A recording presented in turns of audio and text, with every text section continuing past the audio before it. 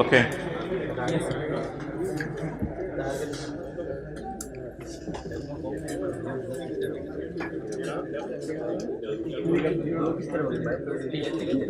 जी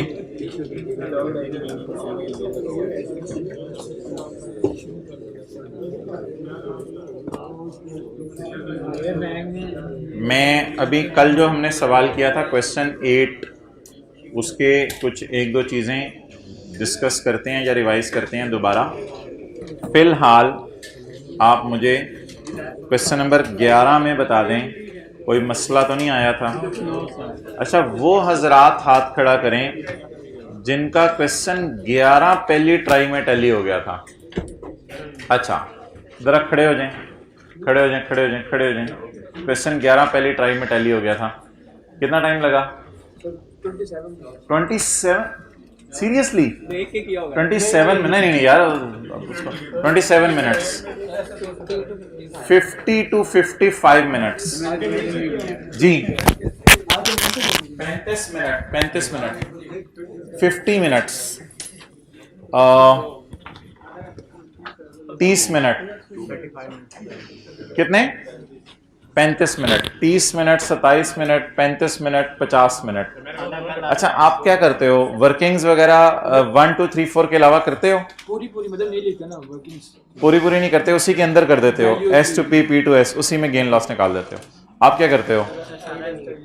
सारा नीट करके करते हो। आप सारा गंदा करके करते हो? गंदा करके करते हो यार। अच्छा, एक फर्क ये हो गया, लेकिन नीट और गंदा करने में कोई 20 मिनट का फर्क नहीं होना चाहिए। नीट और गंदे में 1-2 मिनट का फर्क होना चाहिए। पी एंड एल और बैलेंस शीट दोनों इकट्ठे शुरू कर देते हो, ये थोड़ी सी रिस्की अप्रोच है। मेरे ख्याल से बैलेंस शीट अगर आप पहले बना लें तो पी एंड एल में 5 से 6 मिनट लगते हैं, मेरा ये तजर्बा है। ठीक है, चलो, तो आपको टाइम ज्यादा लग गया, इसको कम लगा ना, ये मसला है। आप 35 मिनट वाले हो। आप बताओ, आप क्या करते हो? क्या? अच्छा, तो वर्किंग 1 2 3 4 5 6 7 के अलावा वर्किंग्स खोलते हो या अंदर ही बीच में फिट करते रहते हो? जैसे जैसे जवाब आते हैं वैसे वैसे पोस्टिंग करते रहते हो। ठीक है, तो बैठ जाए भाई। अब एक ही बाग में डिफरेंट किस्म के फूल आपके सामने खड़े हुए थे। कुछ फूल में कई रंग था, कुछ फूलों में कोई रंग था, लेकिन टाइम को कम करने की कोशिश करें, ठीक है? क्योंकि फूलों के साथ फिर कांटे भी होते हैं, तो टाइम को कम करने की कोशिश।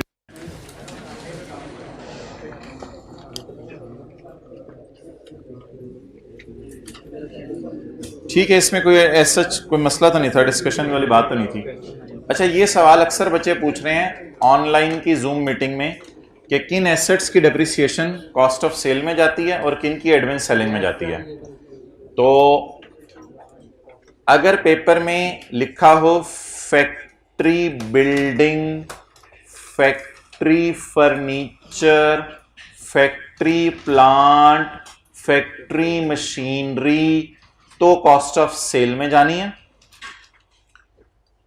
अगर पेपर में प्लांट या इक्विपमेंट का लफ्ज आ जाए और इसके साथ फैक्ट्री ना लिखा हो, तो बाय डिफॉल्ट प्लांट या इक्विपमेंट फैक्ट्री में ही यूज होते हैं, तो इनकी भी कॉस्ट ऑफ सेल में जाएगी। इसके अलावा अगर पेपर में आ जाए building, office building, furniture, office furniture, इस तरह के लफ्ज आ जाएं तो उनको एडमिन सेलिंग में डाला जाता है। एडमिन सेलिंग का इकट्ठा नाम है ऑपरेटिंग एक्सपेंसेस। ओके,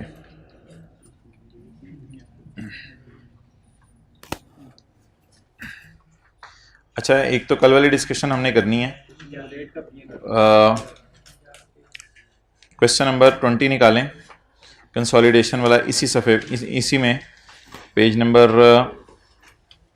664 से पीछे आए।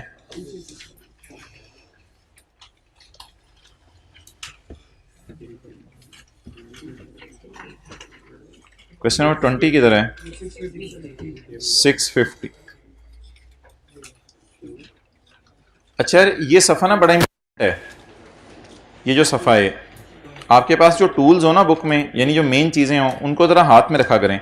Page 650 very important page number 650 important है। इसमें असल में बात यह हुई है, थोड़े से पैसे ले लो, थोड़े से शेयर ले लो, थोड़े से पैसे ले लेना, थोड़े से शेयर ले लेना, थोड़े से डिबेंचर ले लेना। अगर अच्छा परफॉर्म करे सब्सिडरी तो पैसे ले लेना, अच्छा ना परफॉर्म करे ना पैसे लेना, या कम पैसे लेना ज़्यादा पैसे लेना। ये सारी डिस्कशन हुई है। कोई बंदा मुझे ये बता सकता है इस पेज की जनरल एंट्रीज बुक में कहाँ लिखी हुई है? पेज 650 पे कोई पेज नंबर 28, 20, 25 था, कोई page number 20।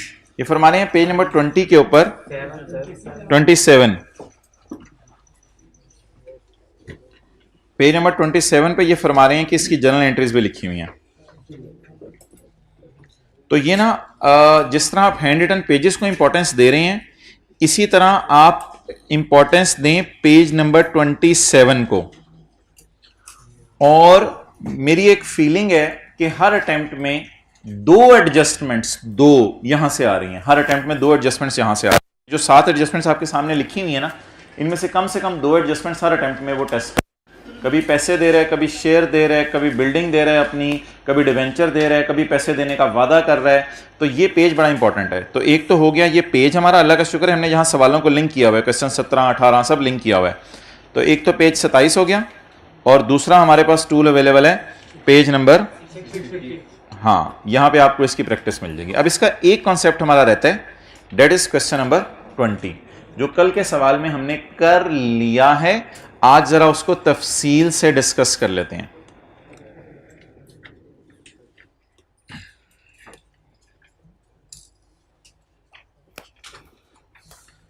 P acquired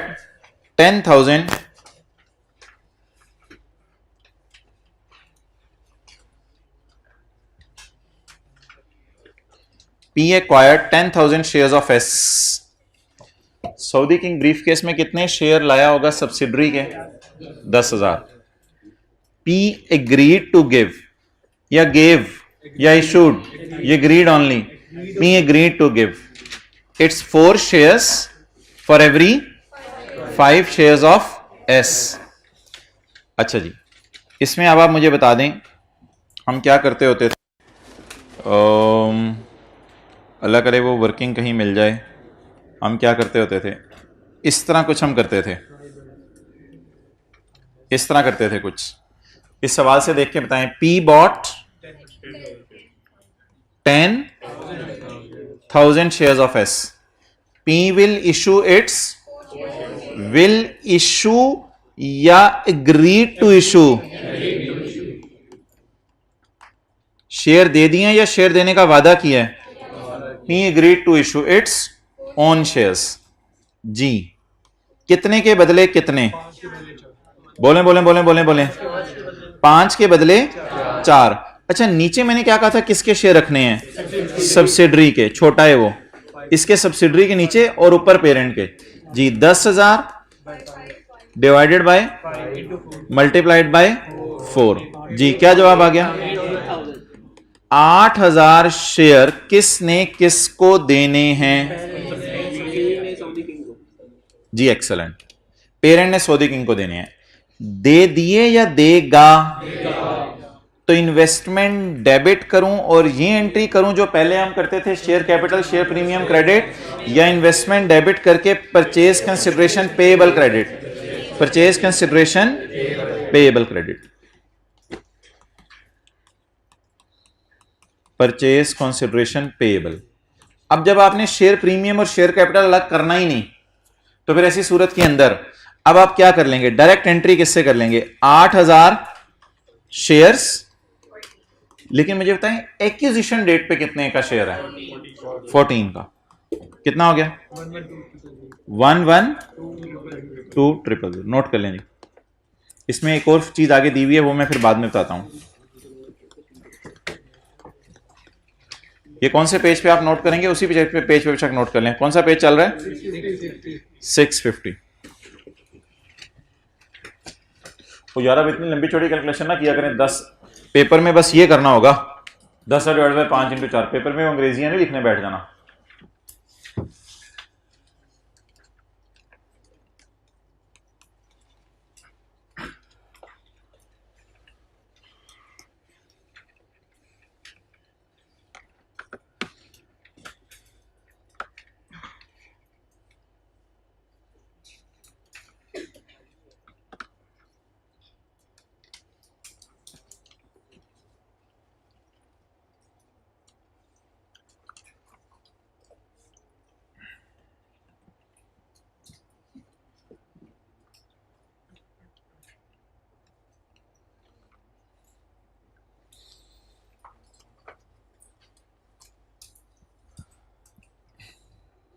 okay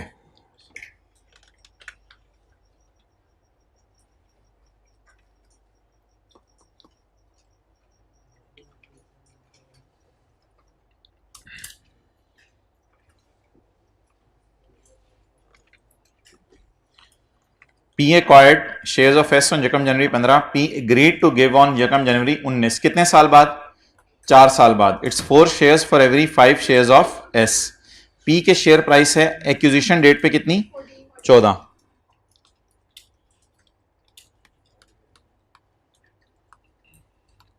2015, 16, 17, 18। भाईजान ये यकम जनवरी 19 है। Any confusion? Any confusion? ये क्या डेट है बोले? यकम जनवरी 19। अच्छा आप मुझे ये बताएं, इस दिन पी का शेयर कितने के बाजार में? 14 रुपए का। हमने एंट्री किससे की है? 14 रुपए से। नजर आ रहा है 14 रुपए। इस दिन शेयर कितने का हो गया ईयर एंड पे? 15 रुपए का हो गया। मे बी इस दिन शेयर 19 रुपए का हो जाए। ऐसी बात कर रहा हूं, जिस दिन शेयर इशू करना हो उस दिन कितने का हो जाए? 19 का हो जाए। भाई ये एंट्री करके ना आपने अपने हाल पे छोड़ देनी है। इस एंट्री को ईयर एंड पे दोबारा छेड़ना नहीं है। इस एंट्री को ईयर एंड पे दोबारा छेड़ना नहीं है। ये अल्लाह आपका भला करे। ये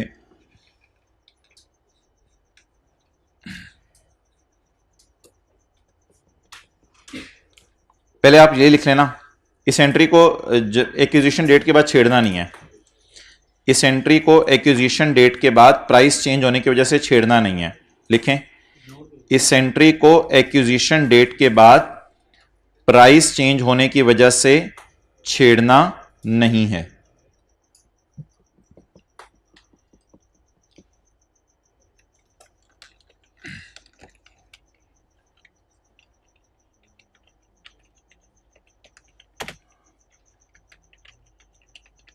लिख लिया?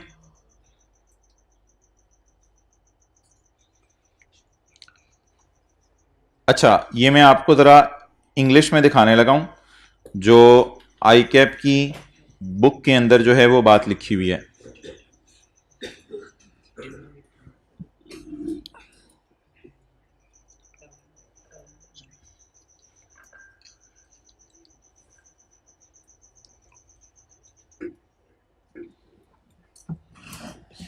ये एक फिक्रा मैं आपको पढ़वाने लगा हूं आई कैप की बुक से।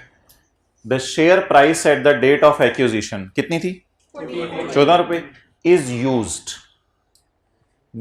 Used not that at the date of issue, बल्कि एक्विजिशन डेट की यूज की जाएगी, not that at the date of issue वाली डेट की यूज नहीं की जाएगी। किस दिन की यूज की जाएगी? Because IFRS 3 specifically mention that in case shares are issued as a part of purchase consideration, such shares are valued at market value at the बस एक्विजिशन डेट वाली मार्केट वैल्यू लेनी है, बाद वाली मार्केट वैल्यूज को आपने क्या कर देना है? इग्नोर कर देना है। तो पेपर में दिया करेगा मार्केट वैल्यूज बाद वाली डेट की, ताकि आप दोबारा कुछ इस एंट्री को छेड़ने की कोशिश करें। लेकिन ये एंट्री ऐसी एंट्री है जिसको करके आपने अपने हाल पे छोड़ देना है, बाद में शेयर प्राइस से कोई चेंज नहीं लानी।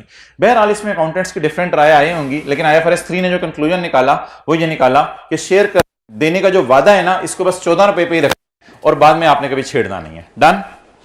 अब आप मुझे बता दें ये किस दिन एंट्री हुई? यकम जनवरी 15।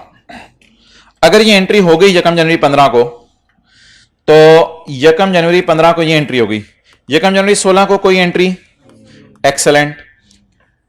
यकम जनवरी 16 ना पड़े ना, 31 12 15 कर लेते हैं। 31 12 15 को कोई एंट्री, 31 12 16 को नहीं होगी। सिमिलरली 31 12 17 को, क्योंकि आपने एंट्री को अपने हाल पे छोड़ देना है। 31 12 18 को कोई एंट्री नहीं होगी। 31 12 18 को कोई, यकम जनवरी 19 को एक एंट्री होगी, यकम जनवरी 19 को एक एंट्री होगी। वो जरा हिम्मत करके कोई मुझे बता दे, यकम जनवरी 19 को, जब शेयर इशू किए जाएंगे, जब शेयर इशू किए जाएंगे, बोलें। परचेज कंसिडरेशन पेबल डेबिट 1,12,000 और शेयर कैपिटल और शेयर प्रीमियम। अब 14 रुपए कोई बेस बनाना है, 14 रुपए कोई बेस बनाना है, लेकिन इसमें 10 रुपए कहां डाल दें? 8,000 ज़रब 10 80,000 और 8,000 ज़रब 4 कितना? 32,000। चलें ये नोट कर लें। ना 15 को की एंट्री ना 16 को, पेपर में देगा परेशान करने के लिए, डेट्स, डिफरेंट डेट्स की मार्केट प्राइसेस देगा। सिर्फ किस डेट की मार्केट प्राइस देखनी है? एक्विजिशन डेट की।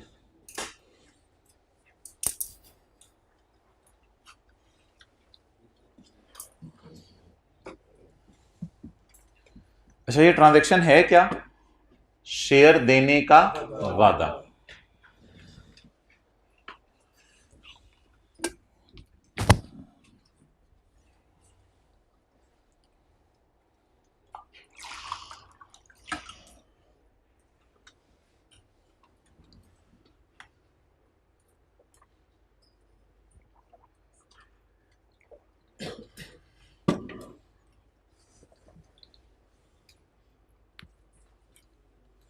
तस्वीर लेनी है तो ठहरो,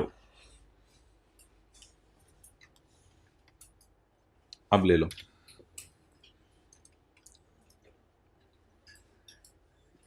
ओके चलें जी, इट्स ओवर। ये हमारा एक लास्ट कॉन्सेप्ट था, वो रहता था।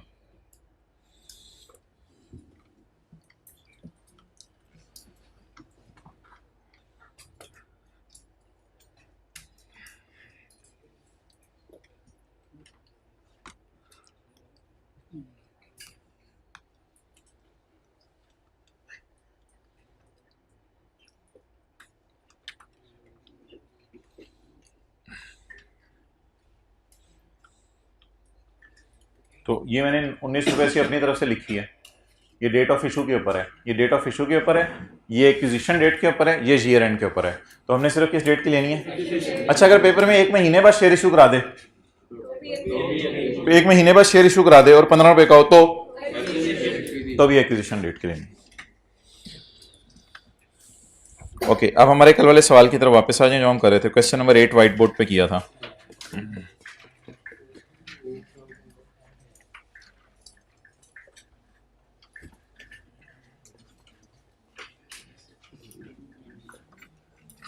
क्वेश्चन नंबर 8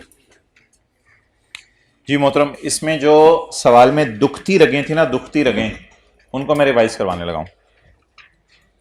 पहली दुखती रग, सल्ली से इसको पढ़ें।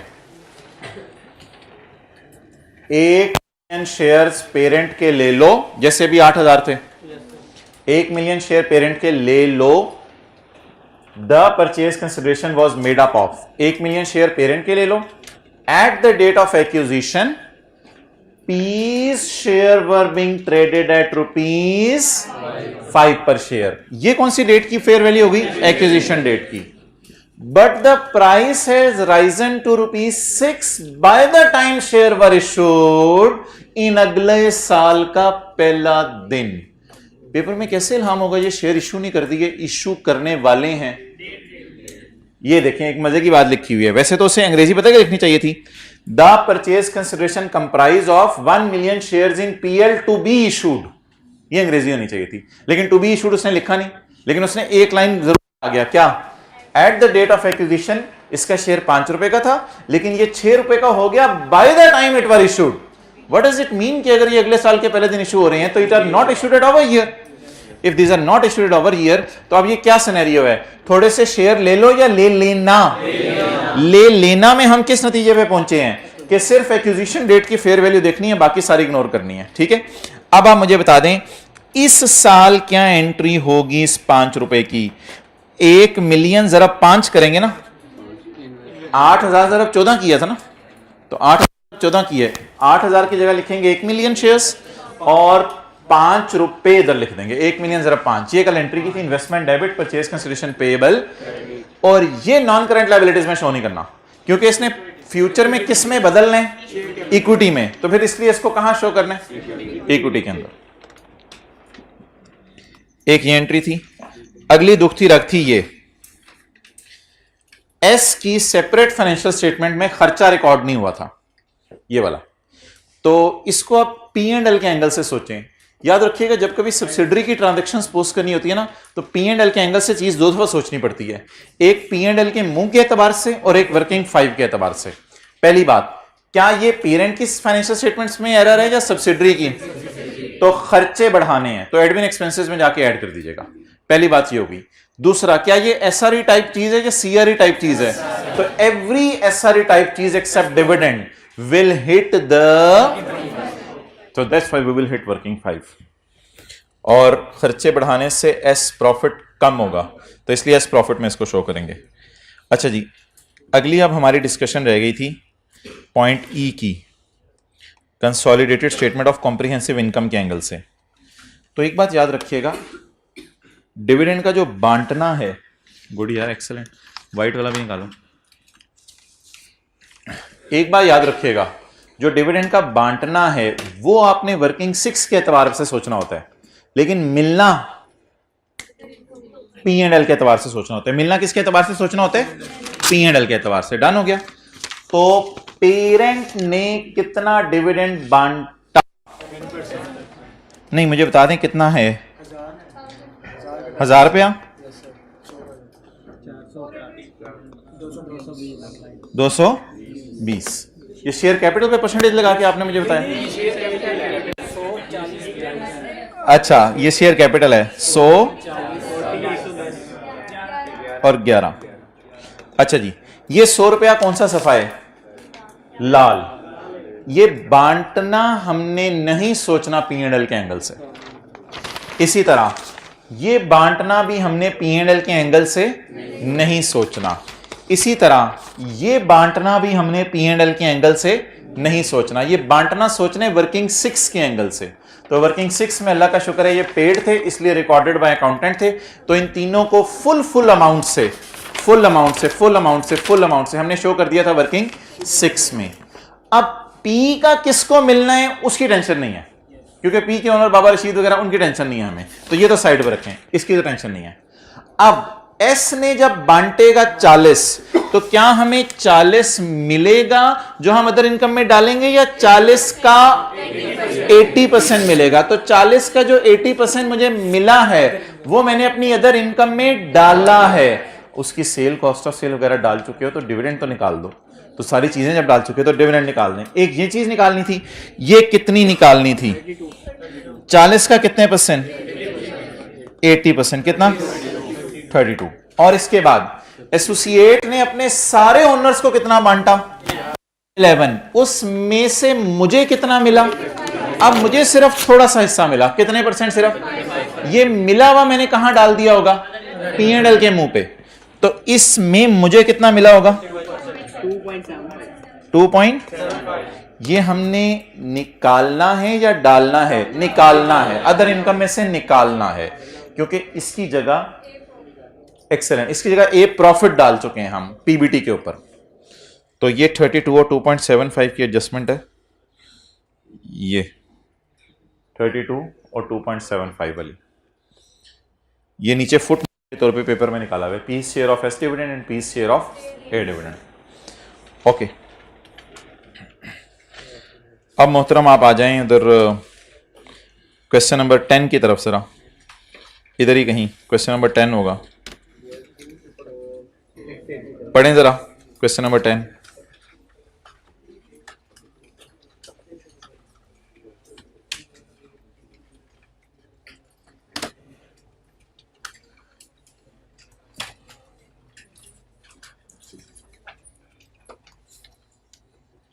जी,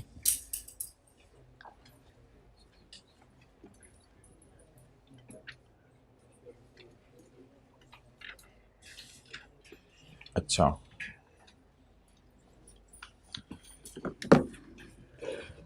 entity P acquired 30% of equity shares in entity ए, तो ए क्या बन गई? Associate during year 1 at a cost of 147। आपने बताना है कि फाइनेंशियल स्टेटमेंट्स में क्या जाना है। फाइनेंशियल स्टेटमेंट से मुराद consolidated statement of financial position भी है और consolidated statement of comprehensive income भी है। अच्छा, बैलेंस शीट में आपको लाइन जाती है इन्वेस्टमेंट इन एसोसिएट के नाम से, और P&L में पीबीटी के ऊपर लाइन जाती है share of profit from associate. I assume कि आपने 4 सवाल किए हुए हैं। एक सवाल मैंने क्लास में कराया था परसों, फिर होमवर्क दिया था, एक सवाल कल क्लास में कराया और होमवर्क दिया है। 4 सवाल आप P&L के कर चुके हैं, उसके बाद मैं ये डिस्कशन कर रहा हूं। ओके, बताएं जी, ये 147 को मैं कहां डालूं? वर्किंग 7 में। वर्किंग 7 में किस नाम से? Investment in associate at cost 147। आगे बढ़े। When the fair value of NCA कहां से आ गई यार? एसोसिएट में एनसीए नहीं आती।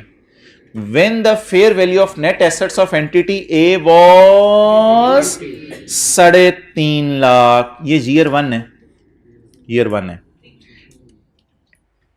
Eight 31 December 5 the net assets were 6 lakh. Year 1, 2, 3, 4, 5, 6। Share capital और रिटेन्ड अर्निंग का जो टोटल होता है उसको कहते हैं, बोले बोले बोले, net assets. Year 1, 2, 3, 4, 5, 6। Share capital retaining के टोटल को कहते हैं net assets. The fair value of net assets was 350 at year 1।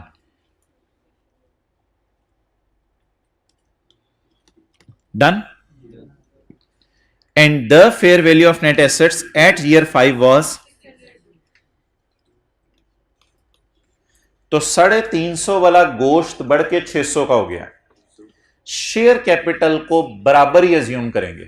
100 रुपए अज्यूम कर लें, 100 रुपए अज्यूम कर लें। मुझे तो क्लोजिंग आ रही भी, अल्लाह का शुक्र है, मिल रही है। मुझे प्री भी मिलने लगी है। आप परेशान हो रहे हैं, पता नहीं क्या दिया हुआ है। मुझे क्लोजिंग आ रही भी थोड़ी देर में मिल जाएगी और प्री वाली भी मिल जाएगी। और क्लोजिंग और प्री करके मैंने अपनी गेम डाल लेनी है, वो मुझे कोई टेंशन वाली बात नहीं। ठीक है, अब आप मुझे ये बताएं कि शेयर कैपिटल को 0-0 ले लूं पेपर में, या 100-100 ले लूं, 200-200 ले लें? नहीं यार, ऐसे ज्यादा अजम्पशंस की तरफ ना जाया करें। अजीब बात है वैसे, शेयर कैपिटल 0-0 होना नहीं चाहिए बिजनेस में, लेकिन अब क्या करें, कुछ भी कर लें, बराबर अज्यूम कीजिएगा। तो आप बता दें बैलेंसिंग आ रही कितनी आ गई? 350, 600। What is this? क्लोजिंग आ रही, ये बैलेंसिंग आई है।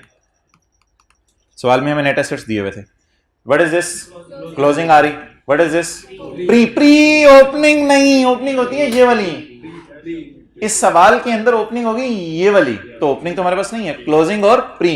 और वर्किंग 7 ने कैसे चलना होता है? फॉर द ईयर या क्लोजिंग माइनस प्री। वर्किंग 7 तो बैलेंस शीट टाइप चीज है ना, क्लोजिंग माइनस प्री। करवाएं जी क्लोजिंग माइनस प्री। इधर मैं क्या लिखूं?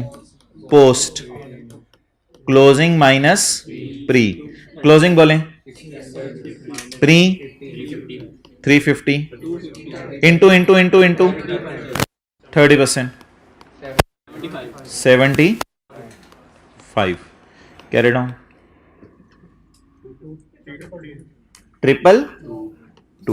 ये नोट कर लें।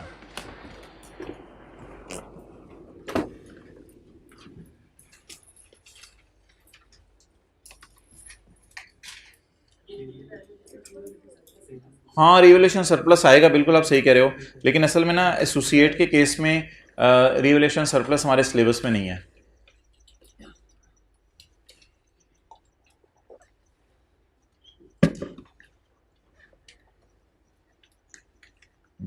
बैलेंसिंग जरूर लिखने आरी के साथ, बिकॉज आरी was not given in paper.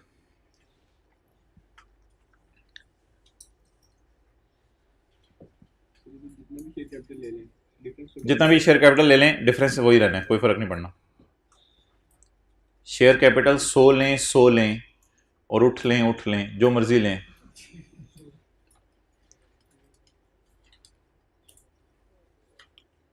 Asim Shakoor, आज दरमियान में बैठे हो, हाथ खड़ा करो। अच्छा नहीं, कोने में ही बैठे हो। मुझे इस वजह से क्लास मिस मैच सा लग रहा था कि इधर वाला बंदा इधर बैठा, उधर वाला। जो आपकी जगह होती है वहीं बैठा करें, ज़रा अच्छा लगता है क्लास में। ये मैं वैसे कल घर में सोच रहा था आप दोनों के बारे में, आप जो लास्ट में बैठे हुए हैं, किसी दिन आगे आके यार ज़रा देखो, आप दोनों जो आखिर में बैठे हो फिजिकल क्लास में, किसी दिन आगे आके देखो ज़रा, ठीक है? ओके, ये तंग कर रहा है, इसको इतना फ्री क्यों किया हुआ तुमने? अच्छा जी, आगे पढ़े भाईजान। पॉइंट नंबर 3, पॉइंट नंबर 3 पढ़ें। In the year to 31 December 5 the PAT was 80। इसको कहां डालूं? ये है ना 80 टाइप की चीज, लेकिन वर्किंग 6 की अभी हमें कोई जरूरत नहीं है। वर्किंग 6 तो क्लोजिंग माइनस प्री प्रूफ के चक्कर में होती थी, क्लोजिंग माइनस प्री हमारा हो गया। वर्किंग 6 अगर आपने करनी है तो कर सकते हैं। ये क्लोजिंग आ रही है, ये पैट है, ये ओपनिंग आ रही निकल आएगी, ऐसे ही है ना?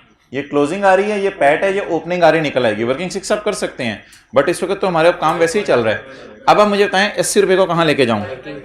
ए प्रॉफिट में। ए प्रॉफिट में 80 रुपए को ले जाएं ए प्रॉफिट में। वर्किंग 5.1 में ए प्रॉफिट बोले जी कितना है? ए प्रॉफिट 80 का 30%। 80 को कुछ 3/12 4/12 तो नहीं करना, क्योंकि इस साल तो पूरा साल खरीदे रही ना। कितना आ गया? Carry down 24। ये कहां जाके फिगर शो होगी 24 की? पीबीटी से ऊपर, पीबीटी से ऊपर, पीबीटी से ऊपर जाके शो होगी। सीआरई में एज ऑन टाइप चीजें जाती हैं, और वो जो एज ऑन टाइप चीज है वो ये 75 है जो सीआरई में जाएगा। मेरे दिमाग की दही ना बनाओ। ये कैरी डाउन कहां जाएगा? P&L के मुंह पे। किधर? पीबीटी से ऊपर।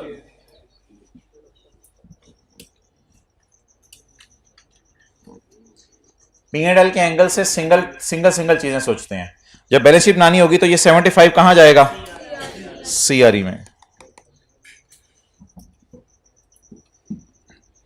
तो एक फर्क आपको इस सवाल से यह पता चला कि balance sheet as on type चीजों से खेलती है वर्किंग 7, और वर्किंग 5.1 फॉर द ईयर वाली चीजों से खेलती है। क्लियर? ओके, चलें जी। अब वो वक्त आ गया है कि जब हम वर्किंग 7 का एक फाइनल पैटर्न बना लें। वर्किंग 7 का एक फाइनल पैटर्न बना लें। जी मोहतरम, इधर क्या आएगा? Investment in associate. Investment in associate, ये क्या आ जाएगी? कॉस्ट। नेक्स्ट आगे क्या होगा? Post retained earning. कैसे? Closing minus pre. एक चीज आने लगी है, डरना नहीं आपने, डरना नहीं आपने। नहीं नहीं नहीं, कोई और चीज आने लगी है।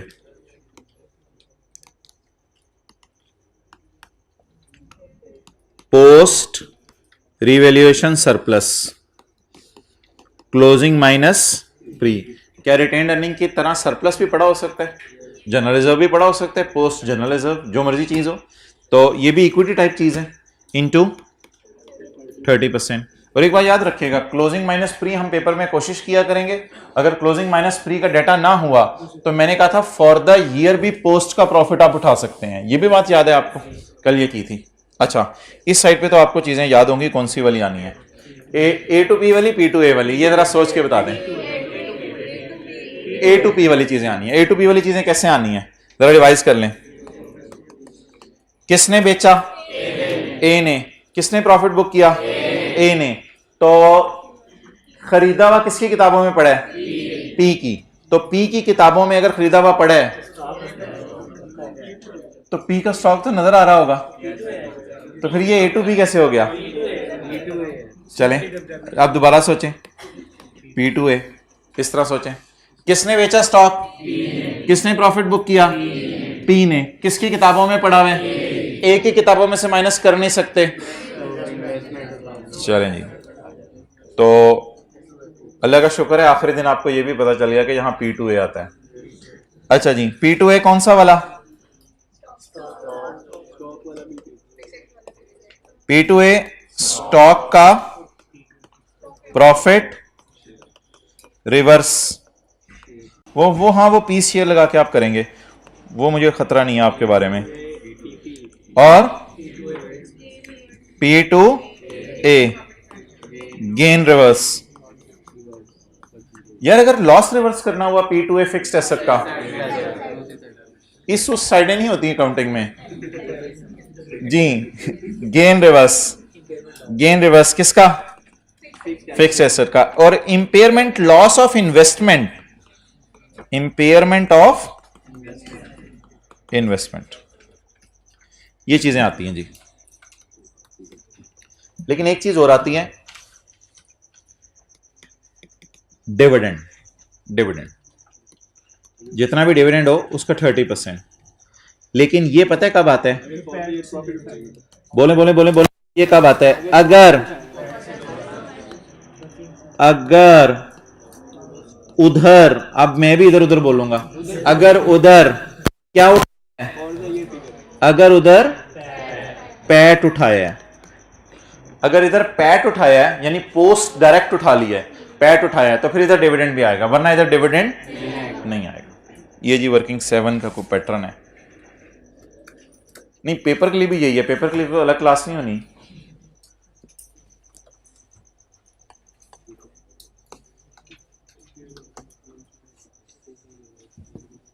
साथ वाला अकलमंद हैंड रिटन पेज में ये ढूंढ के वहीं से फिगर्स मैच कर रहा है बस, ठीक है, कोई मसला नहीं। हैंड रिटन पेजेस में दिया हुआ फॉर्मेट एज इट इज, ये उर्दू भी लिखी हुई है, हैंड रिटन पेजेस में ये उर्दू भी लिखी हुई है। देख लें कोई और चीज तो नहीं उधर, लेकिन जरा बना लेने से याद रह जाता है। एसोसिएट्स के वो नहीं है हमारे स्कोप, गिनी चुनी एडजस्टमेंट्स है।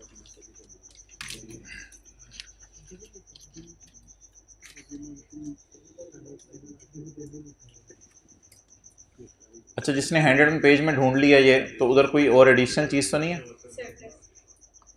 वो रिवैल्यूएशन सरप्लस यही वाला ना, पोस्ट रिवैल्यूएशन सरप्लस।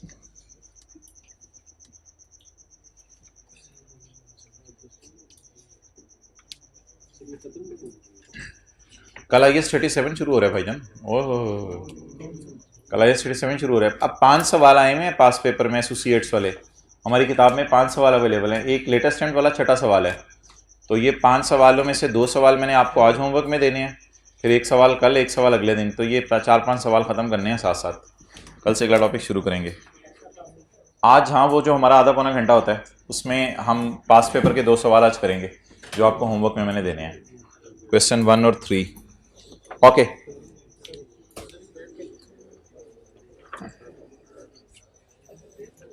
अच्छा ये याद रखिएगा मैंने कहाँ फॉर्मेट बनाया है। ये बनाया है क्वेश्चन 10 के पास। अच्छा ठीक है, ठीक है, ओके। और कुछ सुनोगे? संडे को भी क्लास है इस दफ़ा, और कुछ सुनोगे? हम इस तरह कर लेंगे, इस बार सैटरडे को जो एक्स्ट्रा क्लास लेते हैं उसमें कोई और टॉपिक कर लेंगे, इधर उधर वाला IAS 38 टाइप या वो, ताकि जिसका दिल चाहे वो आ जाए। तो संडे को इंशाल्लाह फिर हम 3-4 घंटे की मीटिंग करेंगे इस दफ़ा, क्योंकि अब कुछ करना है ऐसे। मैं आपको बता दूं ना, देख लें आज क्या तारीख है, आज 29 है। तो हमारे 10 दिन IAS 1037 के लिए हमें चाहिए, अगर आराम से करना है, जल्दी जल्दी तो कोई नहीं है। हमें IFRS 15 के लिए 10 दिन चाहिए, 10 दिन हमें फाइनल अकाउंट के लिए चाहिए, और 5 दिन हमें IFRS 9 के लिए चाहिए। तो 31 दिन हमारे रह गए हैं पीछे, जब 32 दिन है, और 32 टोटल दिन, और 35 हमारे लेक्चर हैं, और 5 आप ईद के चक्कर में खा रहे हैं, तो 5 उधर से गायब हो गए, और रिमेनिंग डेज हैं 32। तो 32 में से 5 आप उधर से खा जाने। संडे तो अब पता नहीं, हम सैटरडे को जो 7 कर लेते हैं वो 7 शामिल हो जाएगा फिर। तो बस कुछ इसी तरह की जंग लड़ रहे हैं हम। तो IAS 1037 इंशाल्लाह ईद से पहले ख़त्म कर लेंगे। कैसे? 30 तारीख, 1, 2, 3, संडे को 2 लेक्चर इसके हो जाएंगे, 4, 5, 6 7 8 9 10। हाँ इंशाल्लाह ईद से पहले, ईद से 8 को क्लास तो होगी ना, अगर ईद 10 को हुई, यही है, अगर ईद 10 को हुई तो 8 को क्लास होगी, यूट्यूब पे भी अपलोड होगी, ठीक है। और अगर 9 को हुई तो फिर वो एक दिन आगे शिफ्ट हो जाएगा, इस तरह कुछ होगा। ओके, बस मैंने मंजिल बता दी है, रास्ते इंशाल्लाह तलाश कर लेंगे हमने तो मंजिल पे पहुंचना है, तो ये कोई बूटी बना के नहीं मैं आपको खिला सकता। ओके जी, वर्किंग 7 की भाई जान ले ले तू, जान ले ले मेरे भाई, जान ले ले तू वर्किंग 7 की। अच्छा, इसमें परसेंटेजेस कहाँ कहाँ साथ साथ लगती हैं? इस फिगर पे परसेंटेज नहीं लगती, ये तो कॉस्ट हमारी ही इन्वेस्टमेंट्स होती हैं, इधर परसेंटेजेस लगती हैं, लेकिन इन दोनों पे परसेंटेज तो हम वर्किंग में ही लगा देते हैं, इस पे भी परसेंटेज नहीं लगती। जब प्रॉफिट पे परसेंटेज लगनी है तो डिविडेंड पे भी परसेंटेज लगनी है। जो डिविडेंड, वो जो सबज वाला सफ़ा है वो सारा हमारा नहीं है, उसका 30% हमारा है। मैं घर से तैयारी करके आया हूँ, सब्र करें। ये क्वेश्चन 20 हो गया, क्वेश्चन 10 भी हो गया, ये अभी देखेंगे टाइम मिला तो। ये निकाल लें जी क्वेश्चन, नहीं क्वेश्चन 3 मैं बताता हूँ। IS 28 का चैप्टर निकाल लें।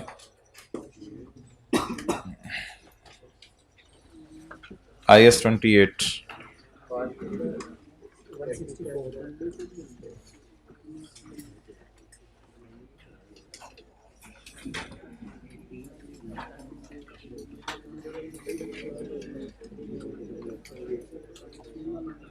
जी, पेज 164 क्वेश्चन 3। आज बड़ा लाइट सा एक सवाल है बस।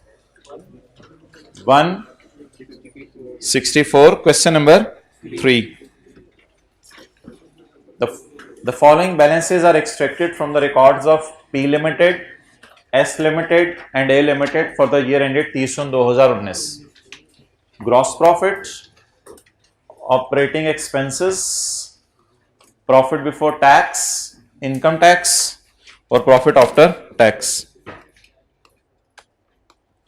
सही है, यहां तक तो हमने पढ़ा हुआ है पैट, यहां तक हमने पढ़ा हुआ है पैट। लेकिन इस साल पेरेंट ने अपना कोई एसेट रीवैल्यू किया जिसपे 10 रुपए का सरप्लस आ गया। एसोसिएट ने कहा तू बाप, तू तेज बनता है, मैं भी तेरा बाप, मैं भी अपने एसेट रीवैल्यू करूंगी। एसोसिएट ने भी सेपरेट फाइनेंशियल स्टेटमेंट में एसेट रीवैल्यू किया, तो एसेट डेबिट रिवैल्यूएशन सरप्लस इन OCI क्रेडिट से 4 रुपए इधर आ गए, पेरेंट के 10 रुपए इधर आ गए, तो TCI बन गई 44 और इसकी TCI बन गई 9। सब्सिडरी ने कहा आपने अपने एसेट को रिवैल्यू, नहीं मेरा प्रोग्राम नहीं, ठीक है। PL and AL follow the revaluation model, separate financial statements की बात हो रही है ना। P&L and follow revaluation model, whereas SL follow the cost model. If SL had adopted revaluation model, अगर इसने कौन सा मॉडल पसंद किया होता? ये तो खुद मॉडल है पूरा SL। अच्छा, इफ SL ने रिवैल्यूएशन मॉडल पसंद किया होता तो फिर इसका सरप्लस कितना आता? 8। अब यूनिफॉर्मिटी होनी चाहिए अकाउंटिंग पॉलिसीज में, तो for the purpose of uniformity हम for the purpose of consolidation तीनों को एक ही एंगल से सोचेंगे। So let's make the question a little better.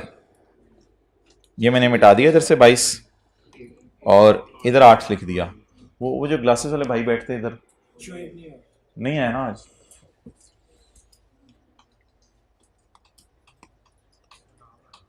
जी बोले बोले बोले कितना आ जाएगा? 8। ये TCI को वैसे कहीं नहीं लेके जाना होता, TCI को इग्नोर करें, इसको कहीं नहीं लेके जाना। ओके जी, ये इसका पेट है, ये इसका पेट है, ये इसका पेट है, ये इसका सारा है, ये इसका सारा है, ये इसका सारा है। हो गया जी, तो सबके पैट आ गए और सबकी सरप्लस आ गया, और ये लाइन अब हम काट सकते हैं। अच्छा जी, अब ये देखना है कि 4/12 3/12 जगह जगह करना है या नहीं करना। तो ये रेंट क्या है? 319। पेरेंट ने 1 जनवरी 17 को, काफी पुरानी बात है, 1 जनवरी 17 को सब्सिडरी खरीदी है। इसका मतलब है सब्सिडरी को 3/12 6/12 करने की जरूरत नहीं है। पेरेंट ने 1 जुलाई 18 को साल के पहले दिन एसोसिएट खरीदिए। इसको भी को 3/12 4/12 करने की जरूरत नहीं है, ठीक है। और वर्किंग 5 में आपको पता है हम कैसे सोचते हैं कि इसमें 40% हमारा नहीं है। वर्किंग 5 में ऐसे सोचते हैं, एनसीआई को देते हैं ना, इसमें 40% हमारा नहीं है। और वर्किंग 5.1 जो भी मैंने आपको कराई है उसमें हम और तरह सोचते हैं, उसमें हम कहते हैं 5 में 20% हमारा है। ऐसा ही है, ओके। चलें जी, अब इनको तो वर्किंग में लेके जाने की जरूरत नहीं क्योंकि इन चीजों की टेंशन नहीं, ये तो हमारी ही है। तो इसको वर्किंग 5 में ले जाएंगे, 22 को वर्किंग 5, इसको ले जाएंगे 5.1 में, इसको ले जाएंगे 5.2 वर्किंग में, और इसको ले जाएंगे 5.3 वर्किंग में।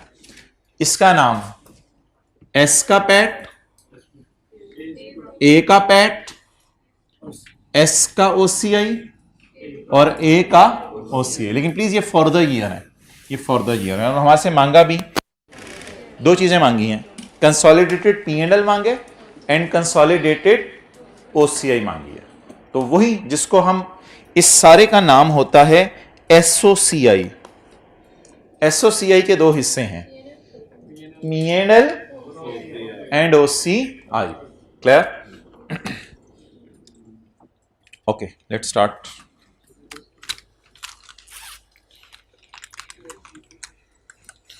अच्छा, ये किसकी items line by line add करते हैं? सब्सिडरी के। और किसके वर्किंग्स में सिर्फ अपना शेयर लेके आते हैं? तो कोई परेशान तो नहीं होंगे अगर मैं 10 में 8 जमा कर दूंगा उधर, जिस 50 में 35, 10 में 8, 6 में 5, तो 10 में 8 अगर मैं जमा कर दूंगा तो परेशान तो नहीं होंगे, क्योंकि लाइन बाय लाइन ऐसी चीजें ऐड करनी होती हैं। और इस 5 को और 4 को हम साइड पे ले जाएंगे और लेके जाके इसका सिर्फ कितने % हमारा होगा, तो कुछ इस किस्म का करने की कोशिश करते हैं। स्टार्ट करें। पी कंसोलिडेटेड स्टेटमेंट ऑफ, आज सही बनने लगी ना consolidated statement of comprehensive income. आज से पहले तो हम बनाते थे कंसोलिडेटेड P&L, आज बनने लगी है consolidated statement of comprehensive income for year ended 30 June 19। Working number 5 जी, बता दें भाई वर्किंग 5 में कितना है? एस का प्रॉफिट 22। Working number 5.1। छोटी छोटी चीजें गौर से देखते रहें, की हुई हैं चीजें, जरा ज़हन से निकल ना जाए। ए प्रॉफिट 7% लगानी है भाईजान। अभी थोड़ी देर पहले मैंने इसलिए वर्किंग 5.1 एक दफा और आपको रिवाइज करवाई थी, तो 7% लगानी है। ए का प्रॉफिट 5 का 20%, 1 हमारा है। चलें जी, अगली वर्किंग बता दें। अभी इन वर्किंग्स को मैं क्लोज नहीं करा अभी। Working 5.2 S OCI for the year. S OCI for the year को पता चले पेपर में एज ऑन दी हो तो फॉर द ईयर मुझे चाहिए होती है सिर्फ। SOCI for the year जी, SOCI for the year. इसको पूरा लिख लें, जैसे 22 को पूरा लिखे 8। चलें जी,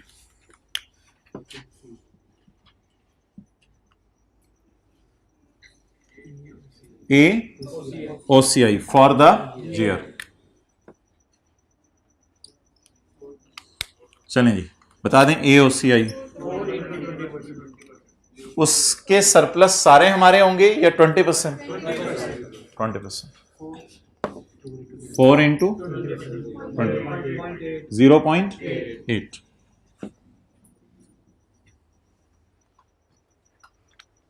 अच्छा, ऐसे ही for the sake of discussion पूछ रहा हूं कि एडजस्टमेंट्स कहां कहां होती हैं? इधर भी होती हैं और इधर भी होती हैं। इधर एडजस्टमेंट्स तो कोई नहीं हुआ करेंगी। अच्छा, एडजस्टमेंट्स वैसे किसी को याद है वर्किंग 5 वाली?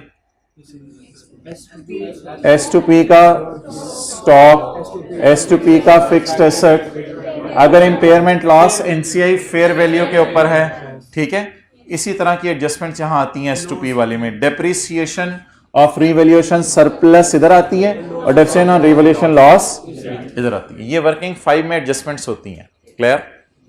और इधर क्या एडजस्टमेंट होती हैं? A2P वाला प्रॉफिट स्टॉक का और A2P वाला फिक्स्ड एसेट का गेन। और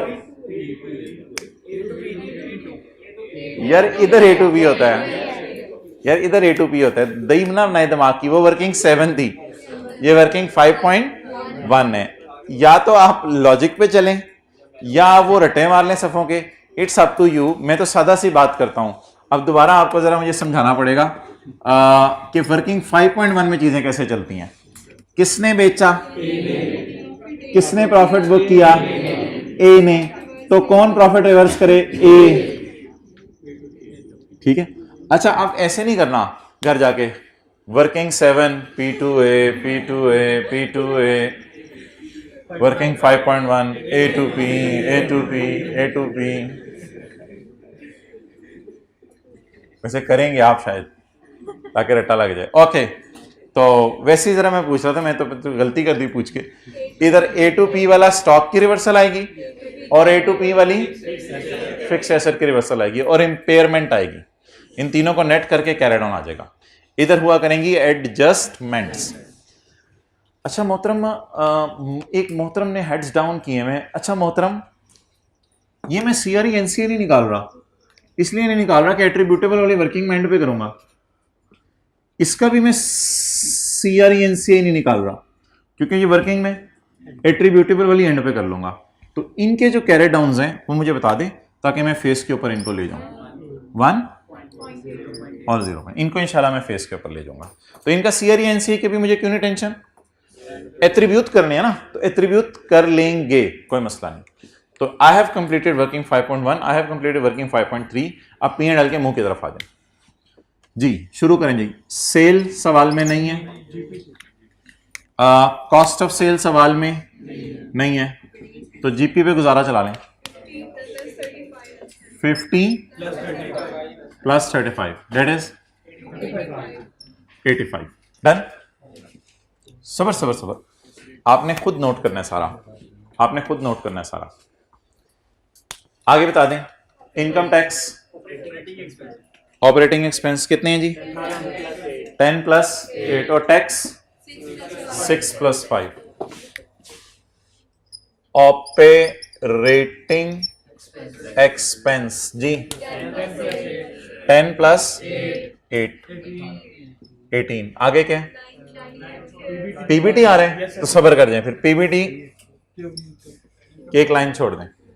अच्छा जी, इसके बाद लेस टैक्स जी 6 प्लस 5 11।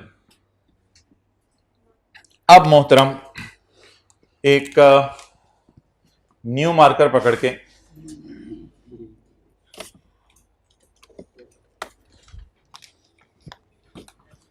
पीबीटी के ऊपर किसी को याद हो एक लाइन आती थी, तसल्ली से देख रहे हैं सब कुछ। दोनों का line by line GP add कर दिया, दोनों के लाइन बाय लाइन खर्चे ऐड कर दिए, दोनों के line by line tax add कर दिए। तीसरा बोला मुझे भी तो लिफ्ट कराओ, तीसरा बोला मुझे भी तो लिफ्ट कराओ। वो कौन बोला है? एसोसिएट। दोनों की चीजें ऐड होंगी तो तीसरे को भी कहीं डाले ना। अभी तो पैट पैट खेल रहे हैं हम, थोड़ी देर बाद OCI आएगा। ठीक है, तो share of profit from a working 5.1 मशहूर जमाना कितना आ गया? 1। चलें यहां तक टोटल्स कर दें।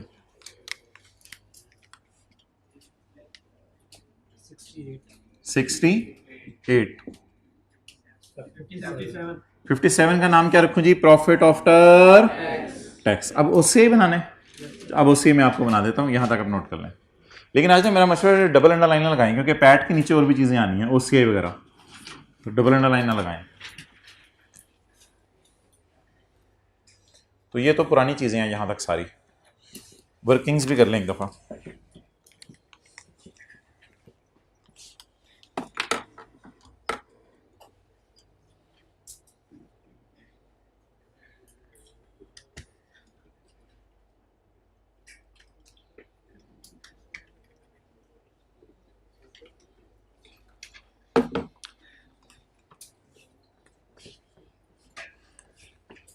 घर में बोल रहे हैं दोनों की चीजें लाइन बाय लाइन आ गई, दोनों की चीजें लाइन बाय लाइन आ गई, दोनों की चीजें लाइन बाय लाइन आ गई। तीसरा बोला मुझे भी लिफ्ट कराओ, इसको लिफ्ट करा दें। अब ये फिक्रा आप जरा नीचे आके बोल सकते हैं, ये फिक्रा नीचे आके बोल सकते हैं, यानी कि चेयर के नीचे नहीं मैं कह रहा, ये फिक्रा जरा नीचे आके बोलें। दोनों के OCI line by line add करें, दोनों के ओसीआई। तीसरा बोला मुझे लिफ्ट कर, ट्राई करूं अब मैं ये आपको ट्राई करेंगे। ऐड ओसीआई, लाल पकड़ लें, तो ये बार बार जरा बोलें।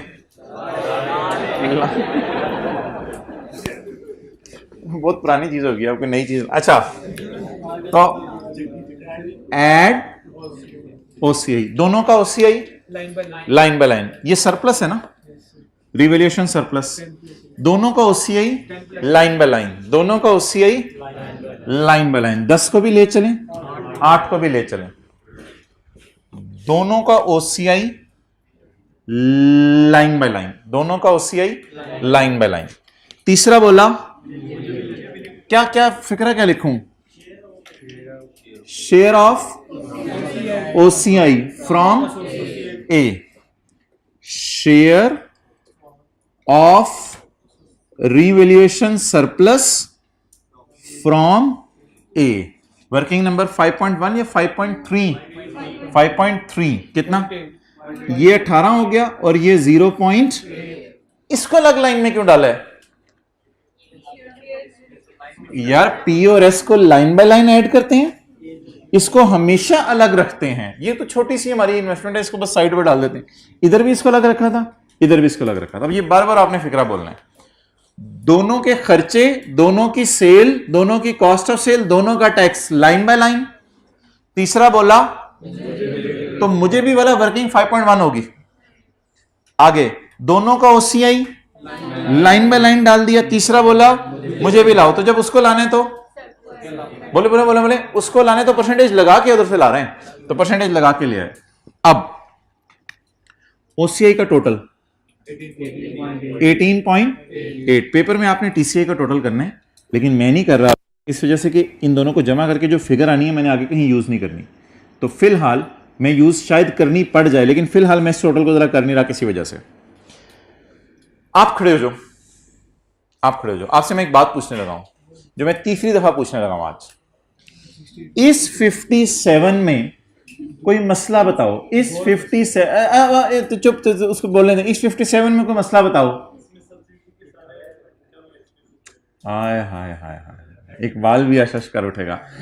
तो इस 50 करेंगे, इस 57 में हमारा 50 - 10 - 6 भी पड़े, इस पे तो कोई इतराज वाली बात नहीं। इस 57 में एसोसिएट का 20% भी पड़ा है, वरना ये 56 होता, इस पे भी हमें कोई एतराज नहीं। इस 57 में सब्सिडरी के सारे पड़े हैं, 35 - 8 - 5 सारे पड़े हैं। तो इसलिए हमें एक वर्किंग करनी पड़ेगी, that is attributable to. Working नहीं मादरत, वो तो पीएनएल का फेस ही बनता है। अगली बात बता दो, खड़े रहो, keep standing till further orders.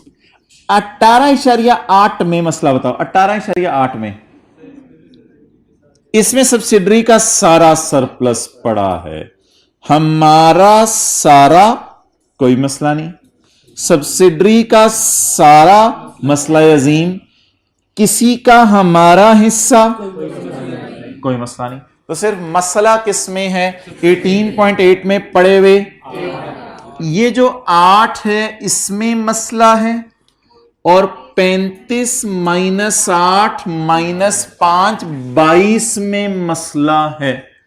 इन्हीं दोनों में मसला है। अब क्या कर रहे हैं? बस एनसीए निकालें, वो सीआरए शीआरए लिखने की जरूरत नहीं, एनसीए को दे दें।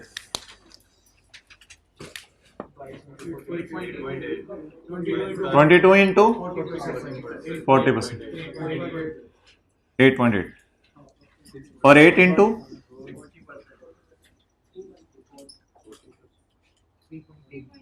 3.2। Clear? Okay, have a question. अच्छा भाई, अब एट्री यहां तक नोट कर लें, बहुत मजा आ रहा है आज क्योंकि सादा सादा सी बातें हैं। दोनों को लाइन बाय लाइन ऐड कर दिया और तीसरा बोला मेरा भी हिस्सा तुम दो। ये किया लाइन बाय लाइन किसके आइटम्स को ऐड करना होता है? पी और एस के, और फिर एंड पे वो एस में मसला हो जाता है तो उसको एट्रीब्यूट करके अलग कर देना होता है।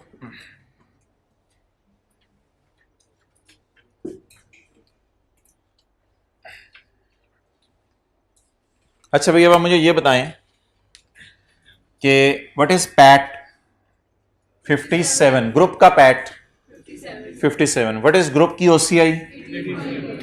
हमने इसमें क्यों सब्सिडरी की पैट डाला हुआ है? इसलिए कि हमारा उस पर कंट्रोल है। ये शुरू वाली क्लासों में बात हुई थी, हमने इसमें सब्सिडरी का इसलिए डाला हुआ है कि हमारे इस पर कंट्रोल है।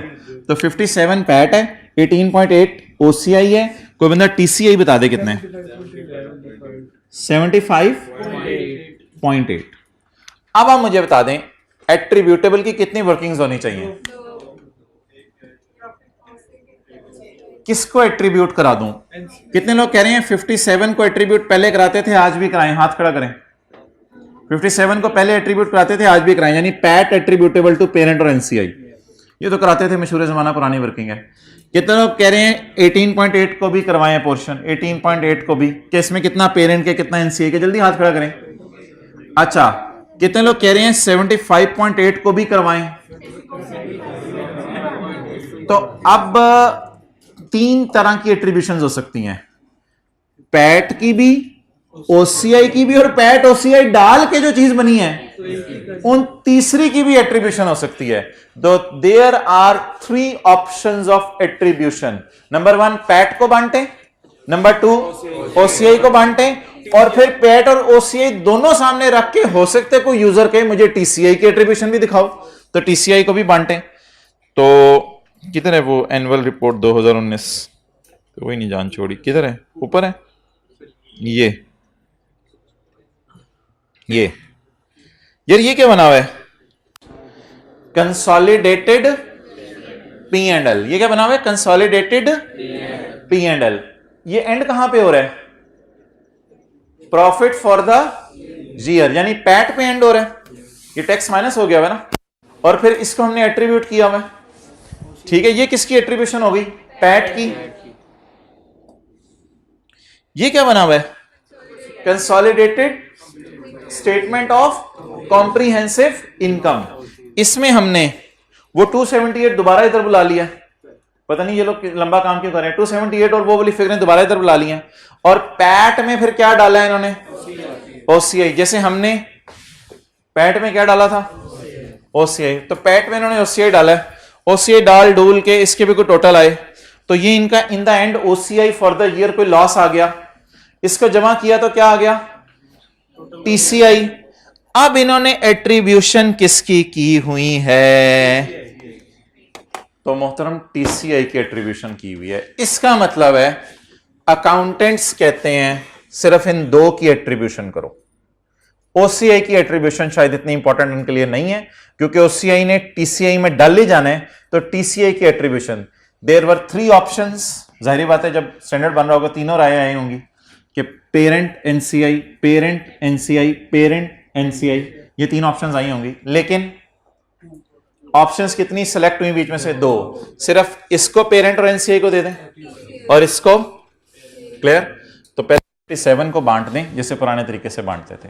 जल्दी करें, 57 को बांट दें जैसे पुराने तरीके से बांटते थे। जल्दी करें। कौवा चला हंस की चाल, पुरानी अपनी ना भूल जाइएगा। पैट को बांट दें यार, खुदा के लिए ऐसा कोई फिरका ना पैदा हो क्लास में जो पैट भी नहीं आज बांटा जा रहा उससे। मैं चले खड़ा हो जाता है। PAT बांटें ji, PAT बांटें।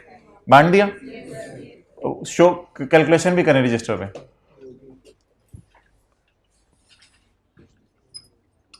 PAT attributable to parent और एनसीआई वर्किंग 5। चलें जी, किसको बांटना है? काले को या नीले को? इस वाले काले को 57। अच्छा जी, क्या 57 में सिर्फ पैट्स पड़े हैं? तो फिर ये भी तो पैट ही है। 22 का 8.8, ये मशहूर जमाना पुरानी फिगर 8.8 48.2, ये तो पुराने तरीके से आ गई। 90% स्टूडेंट्स टीसीआई की एट्रीब्यूशन भी खुद कर देते होते हैं। अच्छा, जब मैं ऐसी बात करता हूं तो आप ये तो समझते 10% में ऐसे ना समझा करें, ऐसे प्लीज ना समझा करें। टीसीआई की एट्रीब्यूशन कर दें, चीजें बांटने में जुल्म ना कर दीजिएगा किसी के साथ।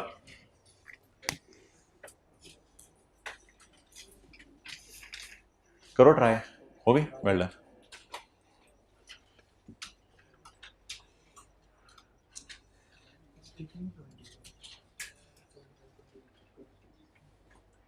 टीसीआई की एट्रीब्यूशन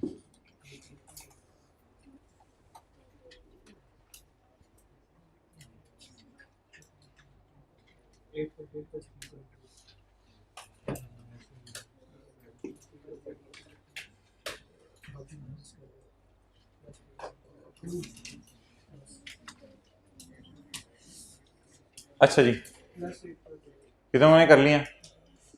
अच्छा, अभी तो टेंटिव हो सारे। लॉजिक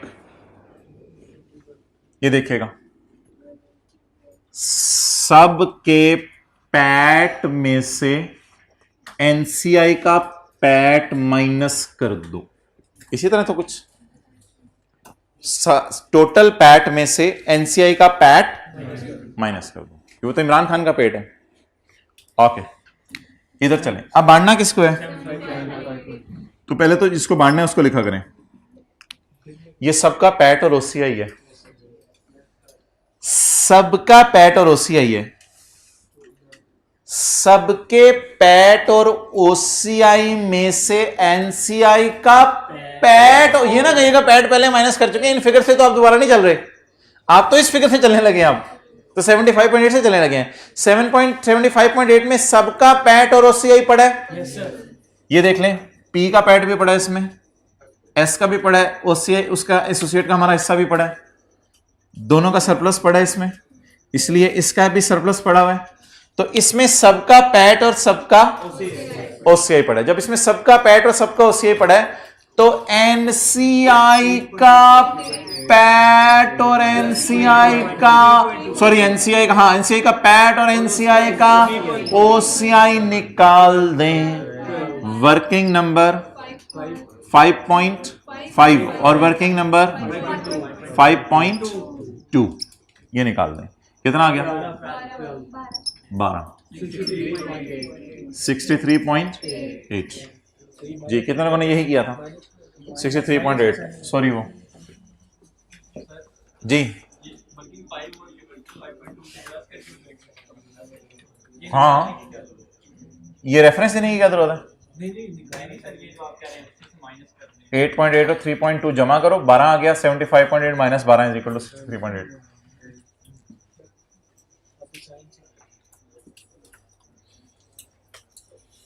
जी बिल्कुल, ना आप पिक लें।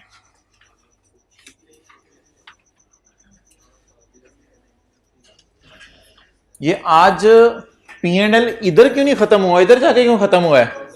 आज बांटने वाली चीजें ज्यादा थी।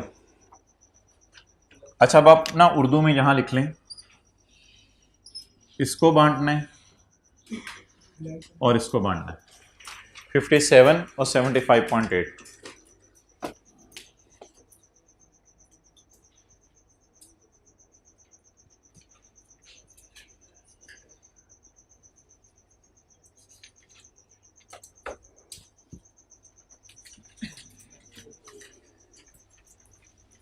एडवांस्ड वर्जन देखें, एक साहब ने मोबाइल में आखिरी रो से खींचा है और दूसरे साहब उनके मोबाइल से मोबाइल में खींच रहे हैं अपने।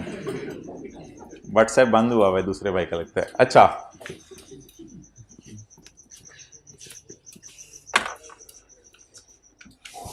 तो सिर्फ किसकी एट्रीब्यूशन होनी है? पैट की और TCI की किसमें?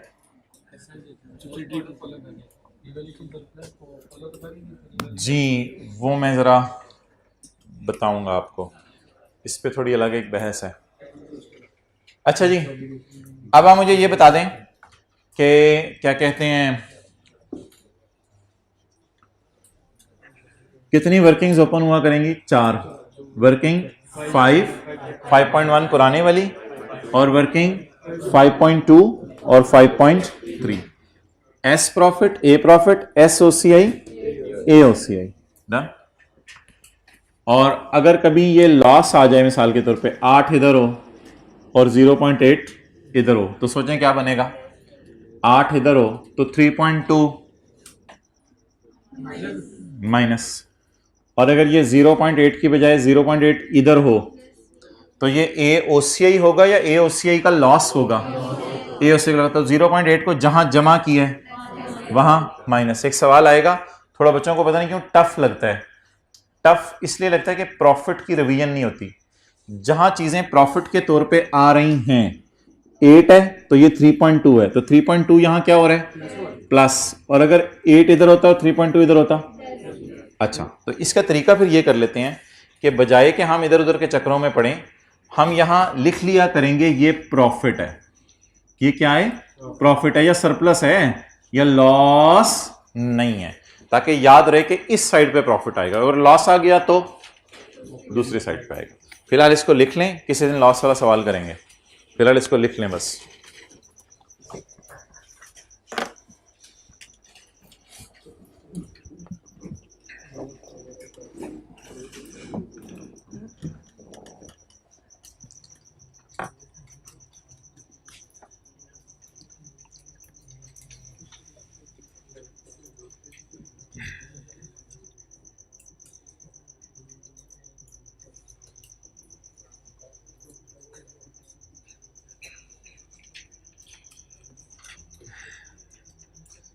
IS 28 के चैप्टर से वापस आ जाएं कंसोलिडेशन के चैप्टर में, और एक एडजस्टमेंट है आई कैप ने 3 दफ़ा टेस्ट की है, वो हमने क्लास में नहीं की हुई। पास पेपर का क्वेश्चन नंबर 8 निकालें। पास पेपर का question number 8, page number 101, page number 101।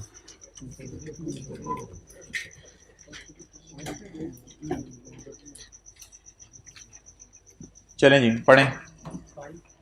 Point number 5।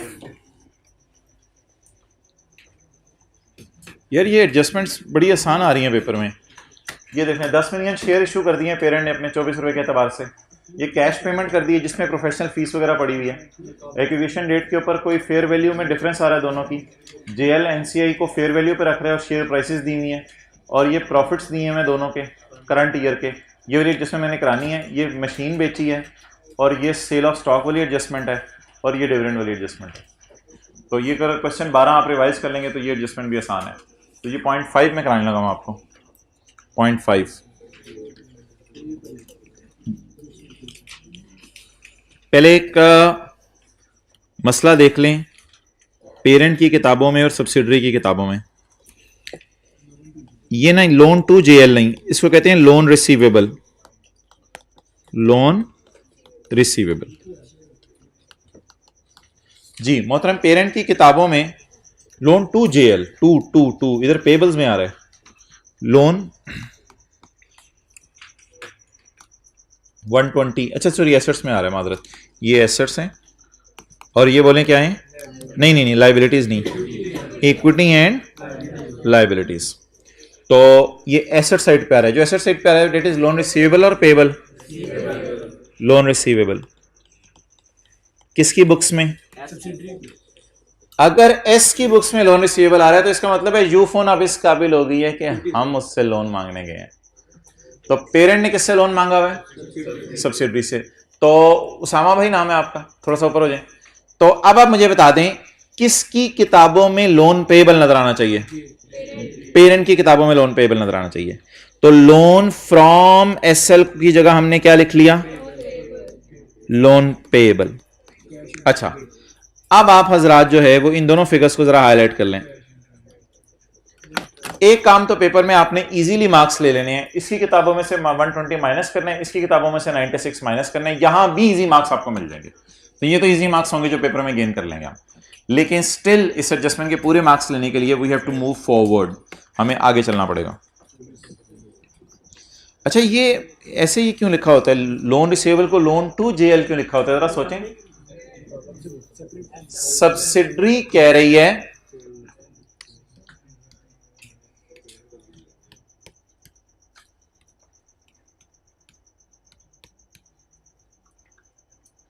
ये किसकी बुक्स हैं? सब्सिडरी की बुक्स में लोन टू पेरेंट नजर आ रहा है, तो सोचें ये क्या होगा? रिसीवेबल। रिसीवेबल समझ आ गया?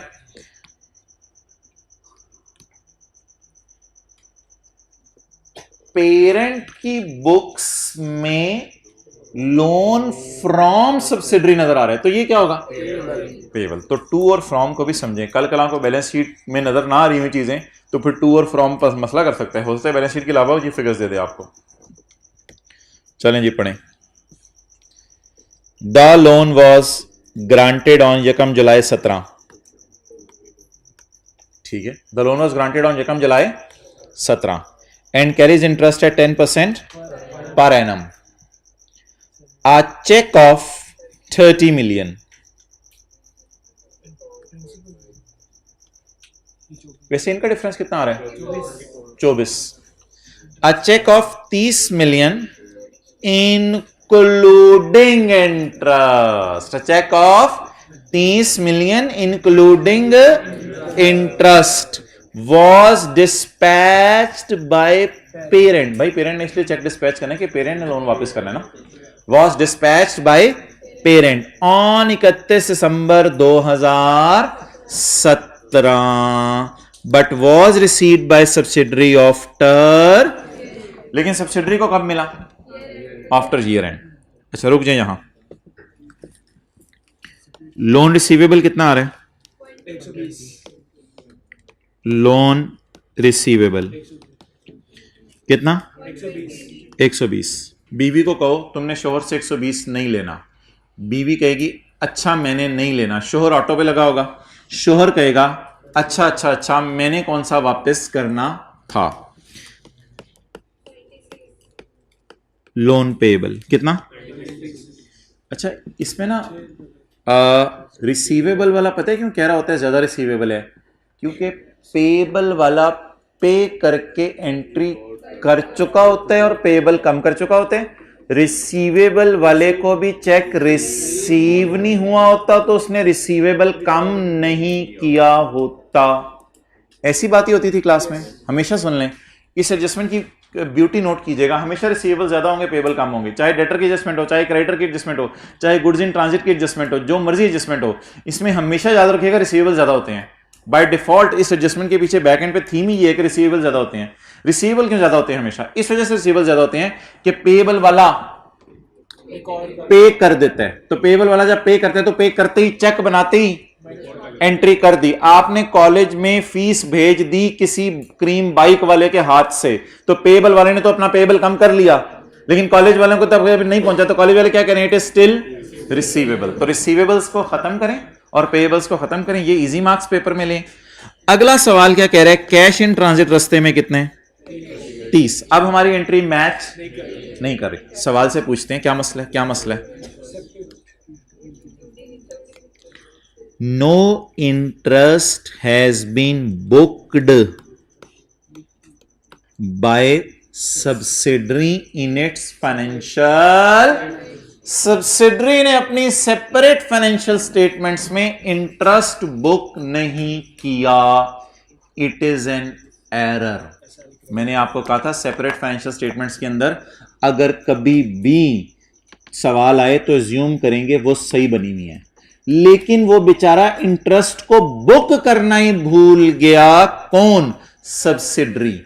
सब्सिडरी ने इनकम बुक करनी है, इंटरेस्ट का एक्सपेंस। इनकम बुक करनी है, एक्सपेंस।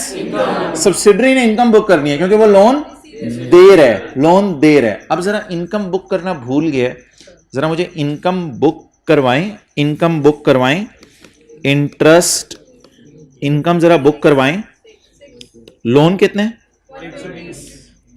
यार 96 ना लो लोन, सबर 96 लोन नहीं है, 96 जो चेक डिस्पैच हुआ है वो साल के आखिरी दिन हुआ है। जब साल के आखिरी दिन चेक डिस्पैच हुआ है तो इसका मतलब है आखिरी दिन सुबह सुबह आपकी नजर में पूरी फीस पेएबल थी और कॉलेज की नजर में पूरी फीस रिसीवेबल थी, जब तक कि आपने क्रीम बाइक वाले को नहीं बुलवाया था। तो ये मत कहिएगा कि गलती से पेपर में 96 के ऊपर इंटरेस्ट निकालें, पेपर में हमेशा हायर अमाउंट पे इंटरेस्ट निकाल के आने। वजह सुन लें क्या है। भेजने वाले ने चेक भेजा कब? साल के डेट पढ़ें कब भेजा, तो भेजने वाले ने चेक कब भेजा? 31 दिसंबर को। तो इसका मतलब है भेजने वाला भी साल के आखिरी दिन में 5-10 मिनट पहले भेजने से कह रहा होगा मैंने भी 120 ही वापस करना है। तो इसलिए लोन जो खड़ा रहा वो तो 120 ही है ना, तो इसलिए 120 पे इंटरेस्ट निकालेगा, 96 पे नहीं निकालना। एक हायर फिगर पे निकालिएगा बस, ये पेपर पॉइंट ऑफ व्यू से हिंट है। इंटू लेकिन नहीं 6 महीने का इंटू 6/6, ये एंट्री हमारी क्या हो गई? पूरी हो गई। लेकिन ये बैलेंस शीट के एंगल से जरा मुझे कराएं, ये तो मैंने P&L के एंगल से कर लिया है, बैलेंस शीट के एंगल से बताएं इंटरेस्ट इनकम को कैसे रिकॉर्ड करूं? बोलें। SRE क्रेडिट, ये मैं उसकी सेपरेट फाइनेंशियल स्टेटमेंट्स में कोई गलती सही करने लगा हूं, या मैं उसकी सेपरेट फाइनेंशियल स्टेटमेंट्स में कोई गलती सही करने लगा हूं, या कंसोलिडेशन पर्पस के लिए कोई एंट्री कराऊं? सेपरेट फाइनेंशियल स्टेटमेंट में उसकी गलती सही करने लगा हूं। चलें जी, नोट कर लें।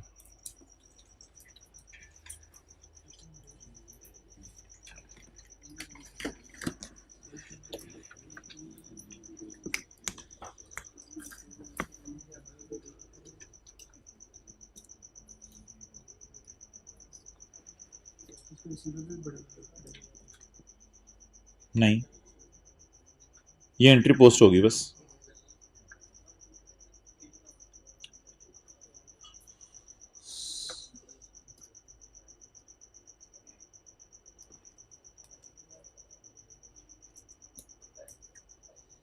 अच्छा मोहतरम, मैं इस साइड पे जाना नहीं चाह रहा था। मैं अब 2 लोगों ने असल में सवाल पूछ लिया, इसलिए मुझे 10 मिनट ज़ाया करने पड़ेंगे। इस एंट्री को ज़्यादा डिटेल से मैं अब करवाने लगा हूँ क्योंकि 2 लोगों ने सवाल पूछ लिया। पेपर पॉइंट ऑफ व्यू से ना ये चलेगी और टाइम भी बड़ा कम लगेगा, जिस तरह मैंने ये सारी आपको करवा दी है। अगर आप ज़्यादा डिटेल में सोचना चाहते हैं ना तो फिर मैं आप पूरी एंट्रीज़ आपको करके दिखाऊंगा, फिर अब आपने तसल्ली से बैठना है। उसमें लोन की अलग एंट्रीज़ मैं करूँगा, इंटरेस्ट की अलग एंट्रीज़ करूँगा, इन ट्रांजिट की अलग एंट्रीज़ करूँगा। जो लोग दूसरे एतबार से सोच रहे हैं उनके लिए बात करने लगा। पहले पेपर पॉइंट ऑफ व्यू से सीधे सीधे मार्क्स लेने का तरीका सुन लें। पेपर पॉइंट ऑफ व्यू से जल्दी जल्दी कीजिएगा। उसकी किताबों में रिसीवेबल है, इसकी किताबों में पहले तो इस एडजस्टमेंट के मेरे ख्याल से 2 मार्क्स होंगे, 0.5 तो पहले तो आप पेबल को डेबिट कीजिएगा, रिसीवेबल को क्रेडिट कीजिएगा। ये करने के बाद सवाल में नज़र मारिएगा कितने का चेक भेजे। A cheque of 30 was dispatched but was received by subsidiary after. तो ये चेक फील हो गया आपको रस्ते में है, ये अंग्रेजी पढ़ के फील हो रहे रस्ते में है, तो इन ट्रांजिट में कितना डाल दीजिएगा? 30। इसके बाद सब्सिडरी इंटरेस्ट बुक करना भूल गई है और अल्लाह का शुक्र है हमारी एंट्री भी क्रेडिट साइड पे टैली नहीं हो रही। तो सब्सिडरी इंटरेस्ट कौन सा वाला बुक करना है? खर्चे वाला, इनकम वाला? इनकम वाला। तो इनकम बुक करने की एंट्री इनकम क्रेडिट। अब अगर वो हमारे हाथ में नहीं है फाइनेंशियल स्टेटमेंट्स P&L, तो फिर हम क्या कर देंगे इसको? SRE में। अगर आप चाहते हैं तो इस एंट्री की जगह पेपर में आप 3 एंट्रीज करें। इस एंट्री की जगह पेपर में 3 एंट्रीज करें, 1 बाय 1 लेके चलें। लोन रिसीवेबल को पहले क्रेडिट करें, कितना? 120, और लोन पेएबल को कितना? 96। इन दोनों का डिफरेंस 24 रुपए। कैश इन ट्रांजिट, ये मैं प्रिंसिपल से अभी खेला सिर्फ। कैश इन ट्रांजिट 24 रुपए, डन। अगली, no interest has been recorded by SL in financial statements. SL ने फाइनेंशियल स्टेटमेंट्स में इंटरेस्ट रिकॉर्ड नहीं किया। मुझे बताएं, SL ने फाइनेंशियल स्टेटमेंट में इंटरेस्ट रिकॉर्ड नहीं किया तो SL ने क्या ईयर एंड पे एक एरर कर दी है? बिल्कुल कर दिया। इस एरर की रेक्टिफिकेशन की असली एंट्री अब मैं आपको बताने लगा हूं। अगर आप इंटरेस्ट रिकॉर्ड ना करें, इसकी वाहिद वजह यह है कि आपको मिला नहीं है। अब अगर मिला नहीं है तो मिलेबल है। मिलेबल की एंट्री होती है interest receivable from parent debit and interest income. ये एंट्री करें आप इंटरेस्ट रिसीवेबल डेबिट और इंटरेस्ट इनकम क्रेडिट। कितना? 6 रुपए। अब आपने आपस का रिसीवेबल खड़ा कर लिया कैंसिल करने की बजाय। अब आपस का रिसीवेबल आपने खड़ा कर लिया कैंसिल करने की बजाय। ये तो एक लोन का प्रिंसिपल रिसीवेबल कैंसिल कर बैठे और इंटरेस्ट का रिसीवेबल खड़ा कर बैठे। अब इंटरेस्ट का रिसीवेबल जो आपने खड़ा कर लिया, इसको क्या करना पड़ेगा? खत्म करना पड़ेगा। सोच के बताएं अब उसकी किताबों में पेबल कितना आ रहा है? ओ यार 6 कैसे आ रहे हैं? A check was dispatched. उसने तो भाईजान पेमेंट कर दी है। अ चेक वॉज डिस्पैच्ड, तो पेबल क्रेडिट किया होगा या बैंक क्रेडिट किया होगा? अ चेक वॉज डिस्पैच्ड। आपने क्रीम बाइक वाले को पैसे दिए।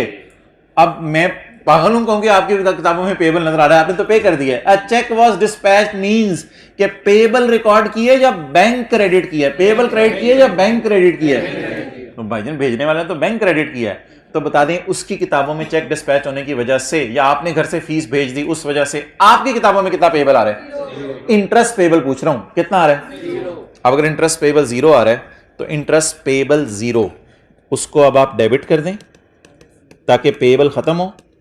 वो तो 0 है अब में इंटरेस्ट पेबल डेबिट। और आपस का जो रिसीवेबल खड़ा किया है उसे खत्म करें। इंटरेस्ट रिसीवेबल खत्म करें। कितना? 6 का बैलेंसिंग फिगर। बाकी किधर है फिर? In transit. तो ये दोनों तरीके हैं एंट्रीज पोस्ट करने के। लेकिन अगर मैं इसको इससे काट दूं, देखें जरा, इसको इससे काट दूं जिस तरह मैं शॉर्टकट में चला हूं तो एंट्री तो वही बन गई। एंट्री तो यही बन गई ना। कैसे? Loan payable 96, CIT 30, interest income 6, loan receivable. तो या ये एंट्री कर लीजिएगा पेपर में, लेकिन अगर आपने डिटेल में सोचना है तो फिर आप ये एंट्री कर लीजिएगा। और आपकी बात बिल्कुल सही, एस ने अपनी सेपरेट किताबों में एंट्री नहीं की तो उसकी एंट्री यही बनती, लेकिन बहुत टाइम लग जाएगा इस तरह एंट्री करने में पेपर में। कर ले नोट। अब इस एडजस्टमेंट की प्रैक्टिस करने के लिए हमारे पास 10 मिनट है। उसके लिए मैं आपको 2 सवाल पास पेपर की ओर देने लगा हूं।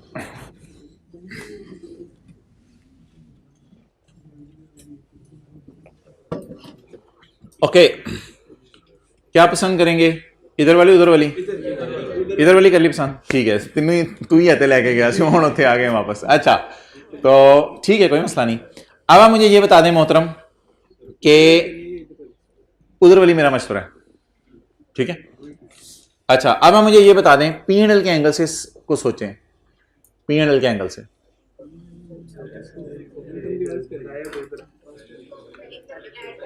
अच्छा यार, ये जो है ना इनकम और एक्सपेंस का बैलेंस शीट के एंगल से नहीं सोचना होता। बस बैलेंस शीट में आपने बस ये कर देना है, आज बैलेंस शीट में एसआरई में जाके इंटरेस्ट बुक हो रहा होगा, लेकिन इनकम एक्सपेंस बैलेंस शीट में कैंसिल ना कीजिएगा। बैलेंस शीट में क्या कैंसिल करने होते हैं? सिर्फ रिसीवेबल्स और पेबल्स। तो इनकम एक्सपेंस बैलेंस शीट में कैंसिल ना कीजिएगा। आपस की इनकम बुक हो रही है, कोई मसला नहीं। उधर एक्सपेंस एक बंदा डाल रहा है, दूसरा इनकम डाल रहा है, वो कैंसिल हो जाएंगी। आपस की एक्सपेंसेस इनकम बुक ना कीजिएगा। पास पेपर क्वेश्चन 4 की डिस्कशन मैंने आपसे की भी है। तो income expense book, income expense को बस रिकॉर्ड कर दीजिएगा। हो रहा है होने दें, कोई मसला नहीं। दिखने में आपको लगेगा आपस की इनकम बुक हो रही है, घर जाके ये माइंड में किसी ना किसी दिन आएगा, लेकिन फिर इसका जवाब ये सोच लीजिएगा इनकम एक्सपेंसेस बैलेंस शीट के सवालों में इंटरेस्ट इनकम इंटरेस्ट एक्सपेंस और management fees income management fees expense balance sheet के सवालों में कैंसिल नहीं करने होते। हाँ, अगर इनके कोई रिसीवेबल पेएबल हो वो बैलेंस शीट में कैंसिल करने होते हैं। यहां तक बात मेरी मुकम्मल हो गई। अच्छा अब इसकी पोस्टिंग जरा जाके देख लेते हैं सॉल्यूशन के अंदर। इसकी पोस्टिंग किस पेज के ऊपर है? 11117। इसकी पोस्टिंग देख लें जी, 1 बाय 1 चलवाएं। 96 माइनस है लोन पेएबल में से, ये 96 माइनस हो गया, 30 कैश इन ट्रांजिट में डालना है। ये नहीं, नई लाइन ना पेपर में डालिएगा, इसी करंट एसेट्स में डाल दीजिएगा 30। ये कैश इन ट्रांजिट ऐड हो गया। इंटरेस्ट इनकम बुक करनी है, परेशान नहीं होना कि इनकम मैं बुक कर रहा हूं, नो नो टेंशन। इसके रिसीवेबल पेबल के बारे में टेंशन लेनी है कि कैंसिल होना चाहिए। ये इंटरेस्ट इनकम बुक होगी एसआरई में आके। ये उस सवाल का जवाब है, no interest has been accrued by S, तो इंटरेस्ट हमने एक्रू करा दिया। अच्छा आगे चलें, लोन रिसीवेबल। लोन रिसीवेबल बोलें कितने से? 120 से। कितना? 120। ये माइनस हो गया 120। डन। अगर आप मुझे पी एंड एल के एंगल से ये एडजस्टमेंट कर देते हैं तो I will really salute you.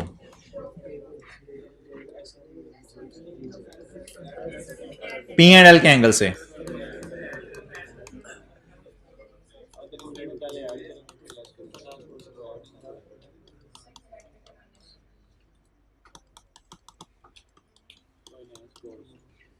मैं एक काम करने लगा हूं, ये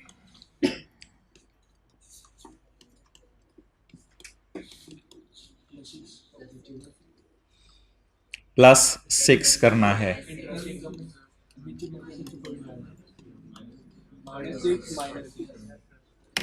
इधर में समझ आ गया।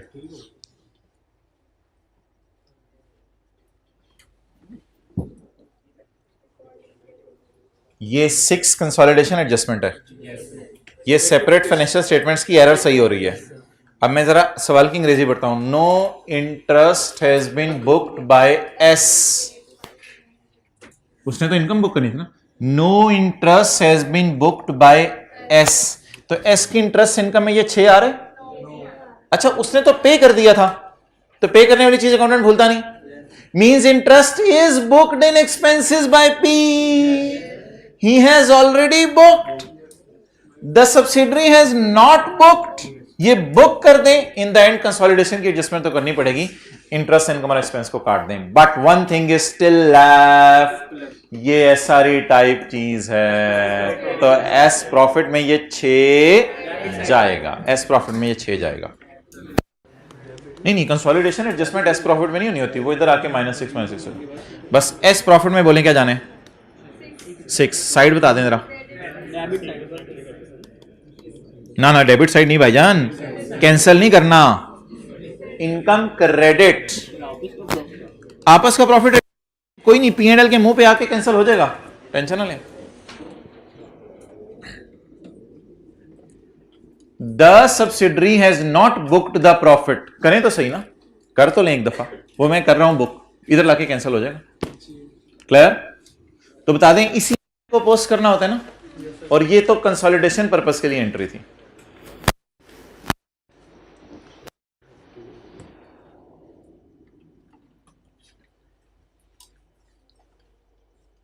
चलें जी, अब वो पास पेपर के क्वेश्चन 5 की एडजस्टमेंट 5 कर दें। पास पेपर के क्वेश्चन 5 की एडजस्टमेंट 5 पी एंड एल के एंगल से भी करते हैं, बैलेंस शीट के एंगल से भी। पहले बैलेंस शीट के एंगल से करें।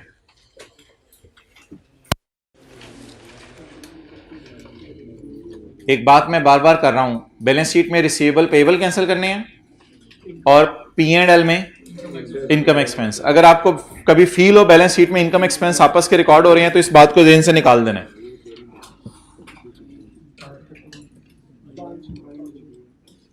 5 का 5वां, you have 2 minutes only. Balance sheet से चलें।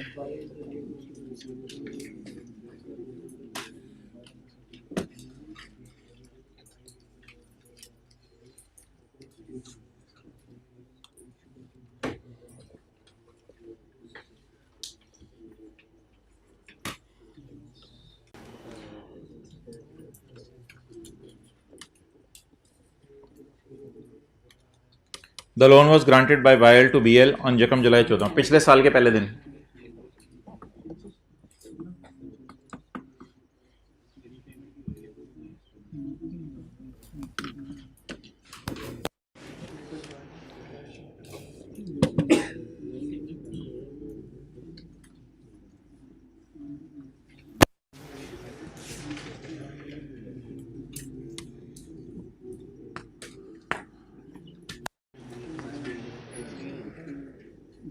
जी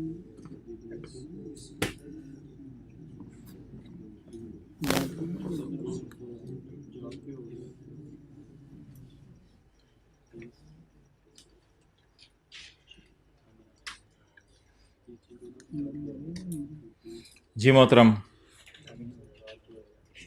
जिसकी किताबों में एसेट साइड पे पड़ा हुआ है वो इसको कहेगा रिसीवेबल, और जिसकी किताबों में लाइबिलिटी साइड पे पड़ा हुआ है वो इसको कहेगा पेएबल।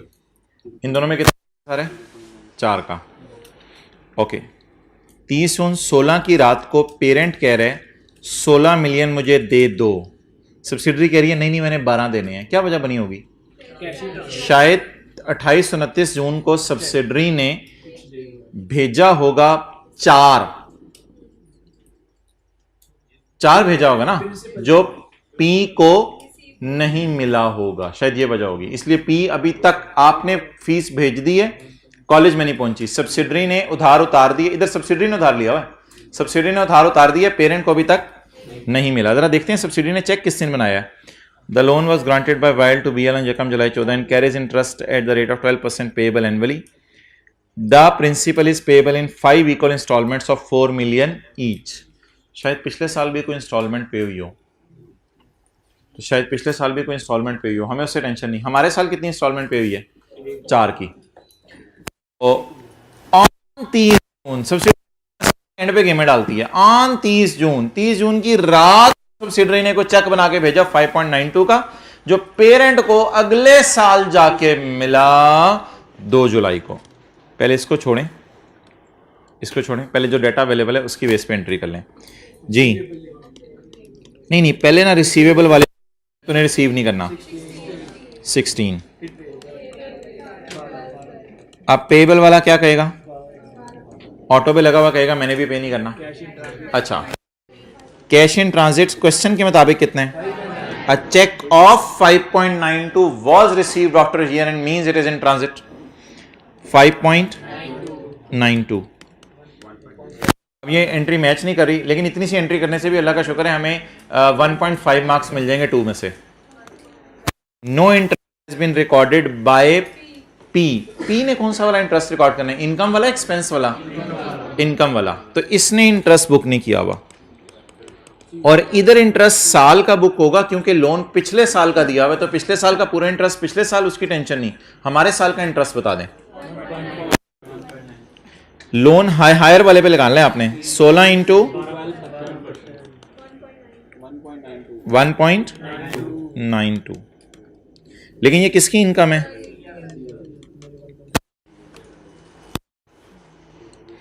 ये इंटरेस्ट इनकम का लॉस काट के ये बैलेंस शीट के एंगल से होगी। मैंने कहा बैलेंस शीट के एंगल से ये ना सोचें इंटरेस्ट इनकम बुक हो गई है, इसे उल्टाना है। बैलेंस शीट के एंगल से ऐसे ना सोचें। अब इसको किसके एंगल से करना है जी? Consolidated statement of comprehensive income जी। इंटरेस्ट इनकम, इंटरेस्ट एक तो पेपर में आपको गिवन होगा P+S। अच्छा जी, अब आप फिलहाल ना सेपरेट फाइनेंशियल स्टेटमेंट की जरा मुझे गलती सही करवा दें, सेपरेट फाइनेंशियल स्टेटमेंट की गलती सही करवा दें +1.92, और दूसरे ने तो खर्चे में डाला होगा ना, तो अब कंसोलिडेशन पर्पज से एक एंट्री करवा दें -1.92। लेकिन अब एस प्रॉफिट में कुछ नहीं जाएगा, क्योंकि ऐसी सूरत में किसने बुक नहीं किया हुआ? पेरेंट ने। तो एस प्रॉफिट को खोल के खाली छोड़ दें। सीआरई टाइप चीजें एस प्रॉफिट में जाती हैं, एसआरई टाइप चीजें एस प्रॉफिट में जाती हैं, सीआरई टाइप नहीं जाती। पास्ट पेपर के क्वेश्चन 1 की सेकंड लास्ट एडजस्टमेंट कर दें, और जो लोग ये नोट करें वो नोट कर लें।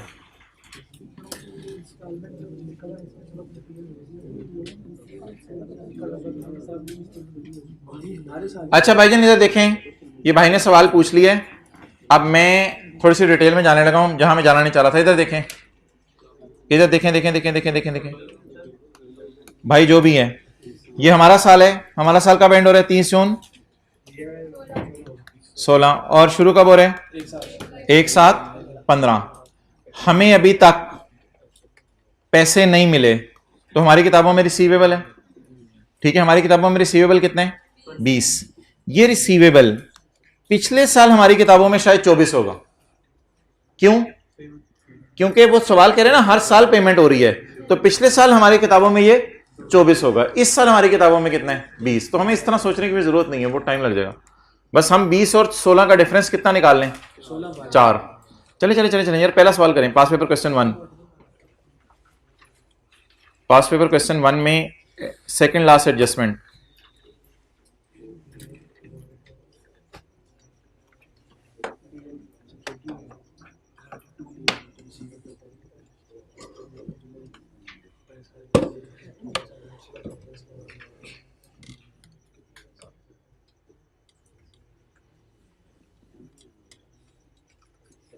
No error in separate financial statements.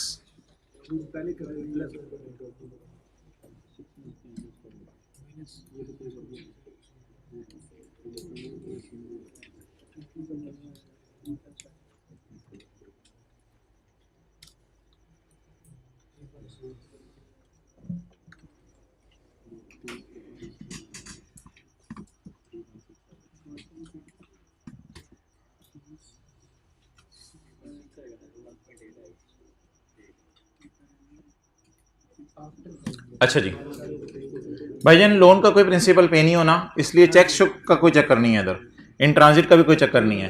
This loan is repayable after 5 years, तो कोई रीपेमेंट वगैरह नहीं है इधर। एक की किताबों में कितना रिसीवेबल है?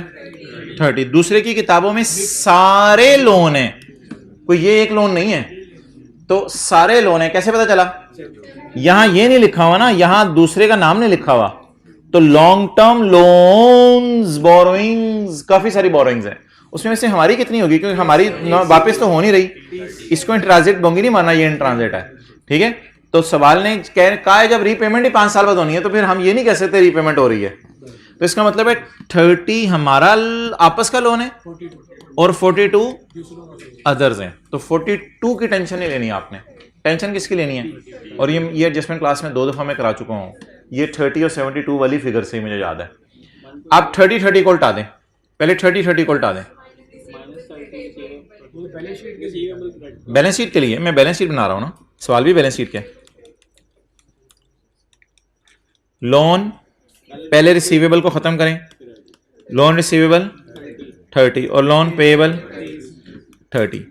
कोई चेक वगैरह इसलिए इशू नहीं हुआ कि रीपेमेंट 5 साल बाद होनी है। इंटरेस्ट वगैरह बुक करने में किसी ने एरर की होती तो सवाल बताता, इंटरेस्ट वगैरह बुक करने में भी कोई एरर नहीं हुई, तो ये कंसोलिडेशन पर्पस के लिए बैलेंस शीट के एतबार से एंट्री सही है। अब P&L के एंगल से इसका इंटरेस्ट कितना है? 12%। तो नहीं सेमी एनुअल है, लेकिन P&L में गया तो पूरे साल का होगा ना, क्योंकि साल के एंड पे हो रहा है। तो कोई रिसीवेबल पेएबल है आपस का जो कैंसिल करना है? क्यों नहीं रिसीवेबल पे, अच्छा इंटरेस्ट रिसीवेबल पेएबल क्यों नहीं है सवाल में? क्योंकि 30 जून और 31 दिसंबर को पे हो रहा है ना। तो क्या रिसीवेबल पेएबल इंटरेस्ट वाला कैंसिल करने की जरूरत है, या इंटरेस्ट वाला रिसीवेबल पेएबल भी कैंसिल करने की जरूरत नहीं? क्योंकि पे कब हो रहा है? 30 जून को, बस।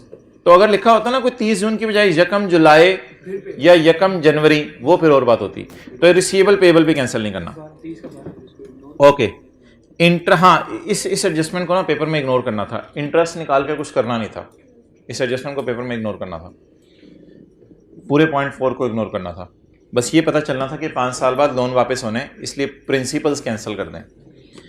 P&L में ना आप क्या करेंगे, आप 30 पे निकालेंगे 12%, कितना?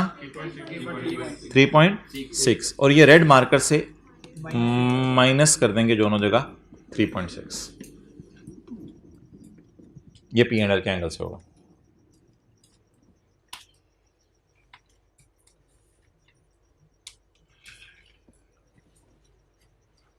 अब आखिरी दफ़ा मैं ये बात करने लगा हूँ, आपको अजीब सी तो लगेगी, लेकिन इसको एब्जॉर्ब कर लेना आपने इसी तरह, क्योंकि इसमें किताबों में ना थोड़ा इख्तलाफ है।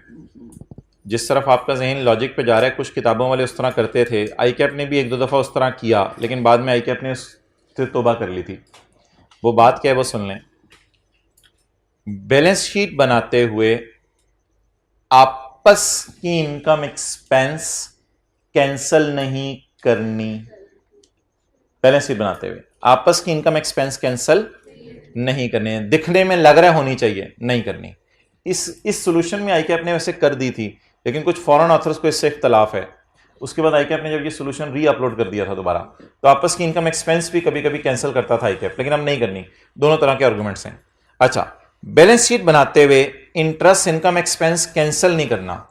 अगली बात और ज्यादा मजे की है, लेकिन अगर इनकम और एक्सपेंस किसी ने रिकॉर्ड नहीं किया हुआ, वो कर दीजिएगा रिकॉर्ड। ऐसा ही है, अभी करके आए हैं ना 2 जगहों पे रिकॉर्ड, तो अजीब सी बात है, बट इसको ऐसे ही समझो।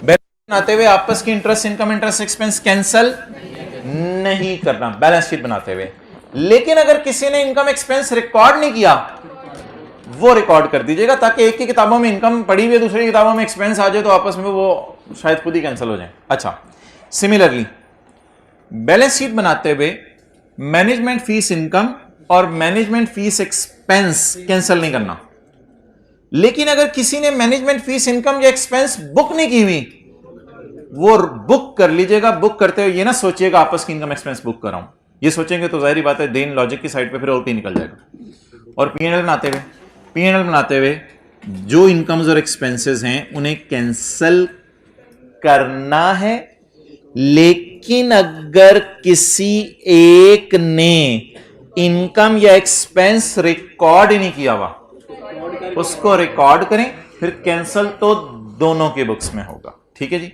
अब ये बात आखिरी दफा सुन लें। बैलेंस शीट बनाते हुए आपस का इंटरेस्ट इनकम एक्सपेंस और आपस की management fees income expense cancel, लेकिन अगर किसी ने रिकॉर्ड नहीं की इनकम एक्सपेंस, वो सीआरई एसआरई में जाकर रिकॉर्ड कर दीजिएगा। पीएनएल हुआ तो एस प्रॉफिट में जाकर रिकॉर्ड कर दीजिएगा। और पीएनएल बनाते हुए आपने सिर्फ आपस की इनकम और एक्सपेंस कैंसिल करना है, लेकिन अगर किसी ने रिकॉर्ड नहीं किया हुआ तो रिकॉर्ड जरूर कर दीजिएगा, लेकिन बाद में कैंसिल भी करना है। और बैलेंस शीट में क्या कैंसिल करना है आप ये बता दें। लोन रिसीवेबल पेएबल का प्रिंसिपल, इंटरेस्ट रिसीवेबल पेएबल और मैनेजमेंट फीस रिसीवेबल और पेएबल। अच्छा, अब मैं आपको बता दूं लेक्चर के पार्ट बी में मैंने क्या कराना है। इधर बैठ के लेना चाहते हैं आप इधर बैठ के ले लें, घर जाके लेना चाहते हैं घर जाके ले लें। बेहतर है जो लोग इधर बैठ सकते हैं बैठ जाएं। ये ज़रा रिकॉर्डिंग ऑन रखना भाई, इसको भी बंद ना करना। मैं आपको ये लेक्चर पार्ट बी के बाद 2 सवाल आज होमवर्क में दूंगा। ये एक तो पेज 173 पे होगा,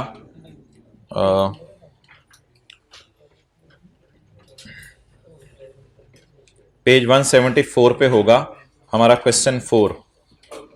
ये पेरेंट और सब्सिडरी की बैलेंस शीट दी हुई है और कुछ एडजस्टमेंट्स आ रही हैं। इनमें से मैंने कुछ इग्नोर भी करानी है, और ये आपस के रिसीवेबल पेएबल और वो सारी चीज़ें आ रही हैं। इस सवाल को मैं बताऊंगा और इसके बाद क्वेश्चन नंबर 1। क्वेश्चन नंबर 1 भी करना ज़रूरी होगा इस वजह से कि क्वेश्चन नंबर 1 में इन द एंड उसने 2 चीज़ें मांगी हुई हैं, statement of PNL and OCI. तो वो जो हमने नई चीज़ सीखी आज वो भी इस सवाल के अंदर होगी, क्योंकि इस सवाल में सरप्लस भी दिए हुए हैं पेरेंट और सब्सिडरी का, पेरेंट और एसोसिएट का। सब्सिडरी का सरप्लस उसने उसी तरह नीचे जाके दिया हुआ है अदर इन्फॉर्मेशन के अंदर। ठीक है, कार्ड दे के आ जाओ। 2 मिनट में मैं शुरू कर रहा हूँ, और ये सवाल डिस्कशन अटेंड किए बगैर होमवर्क ना कीजिएगा वरना मसले आएंगे।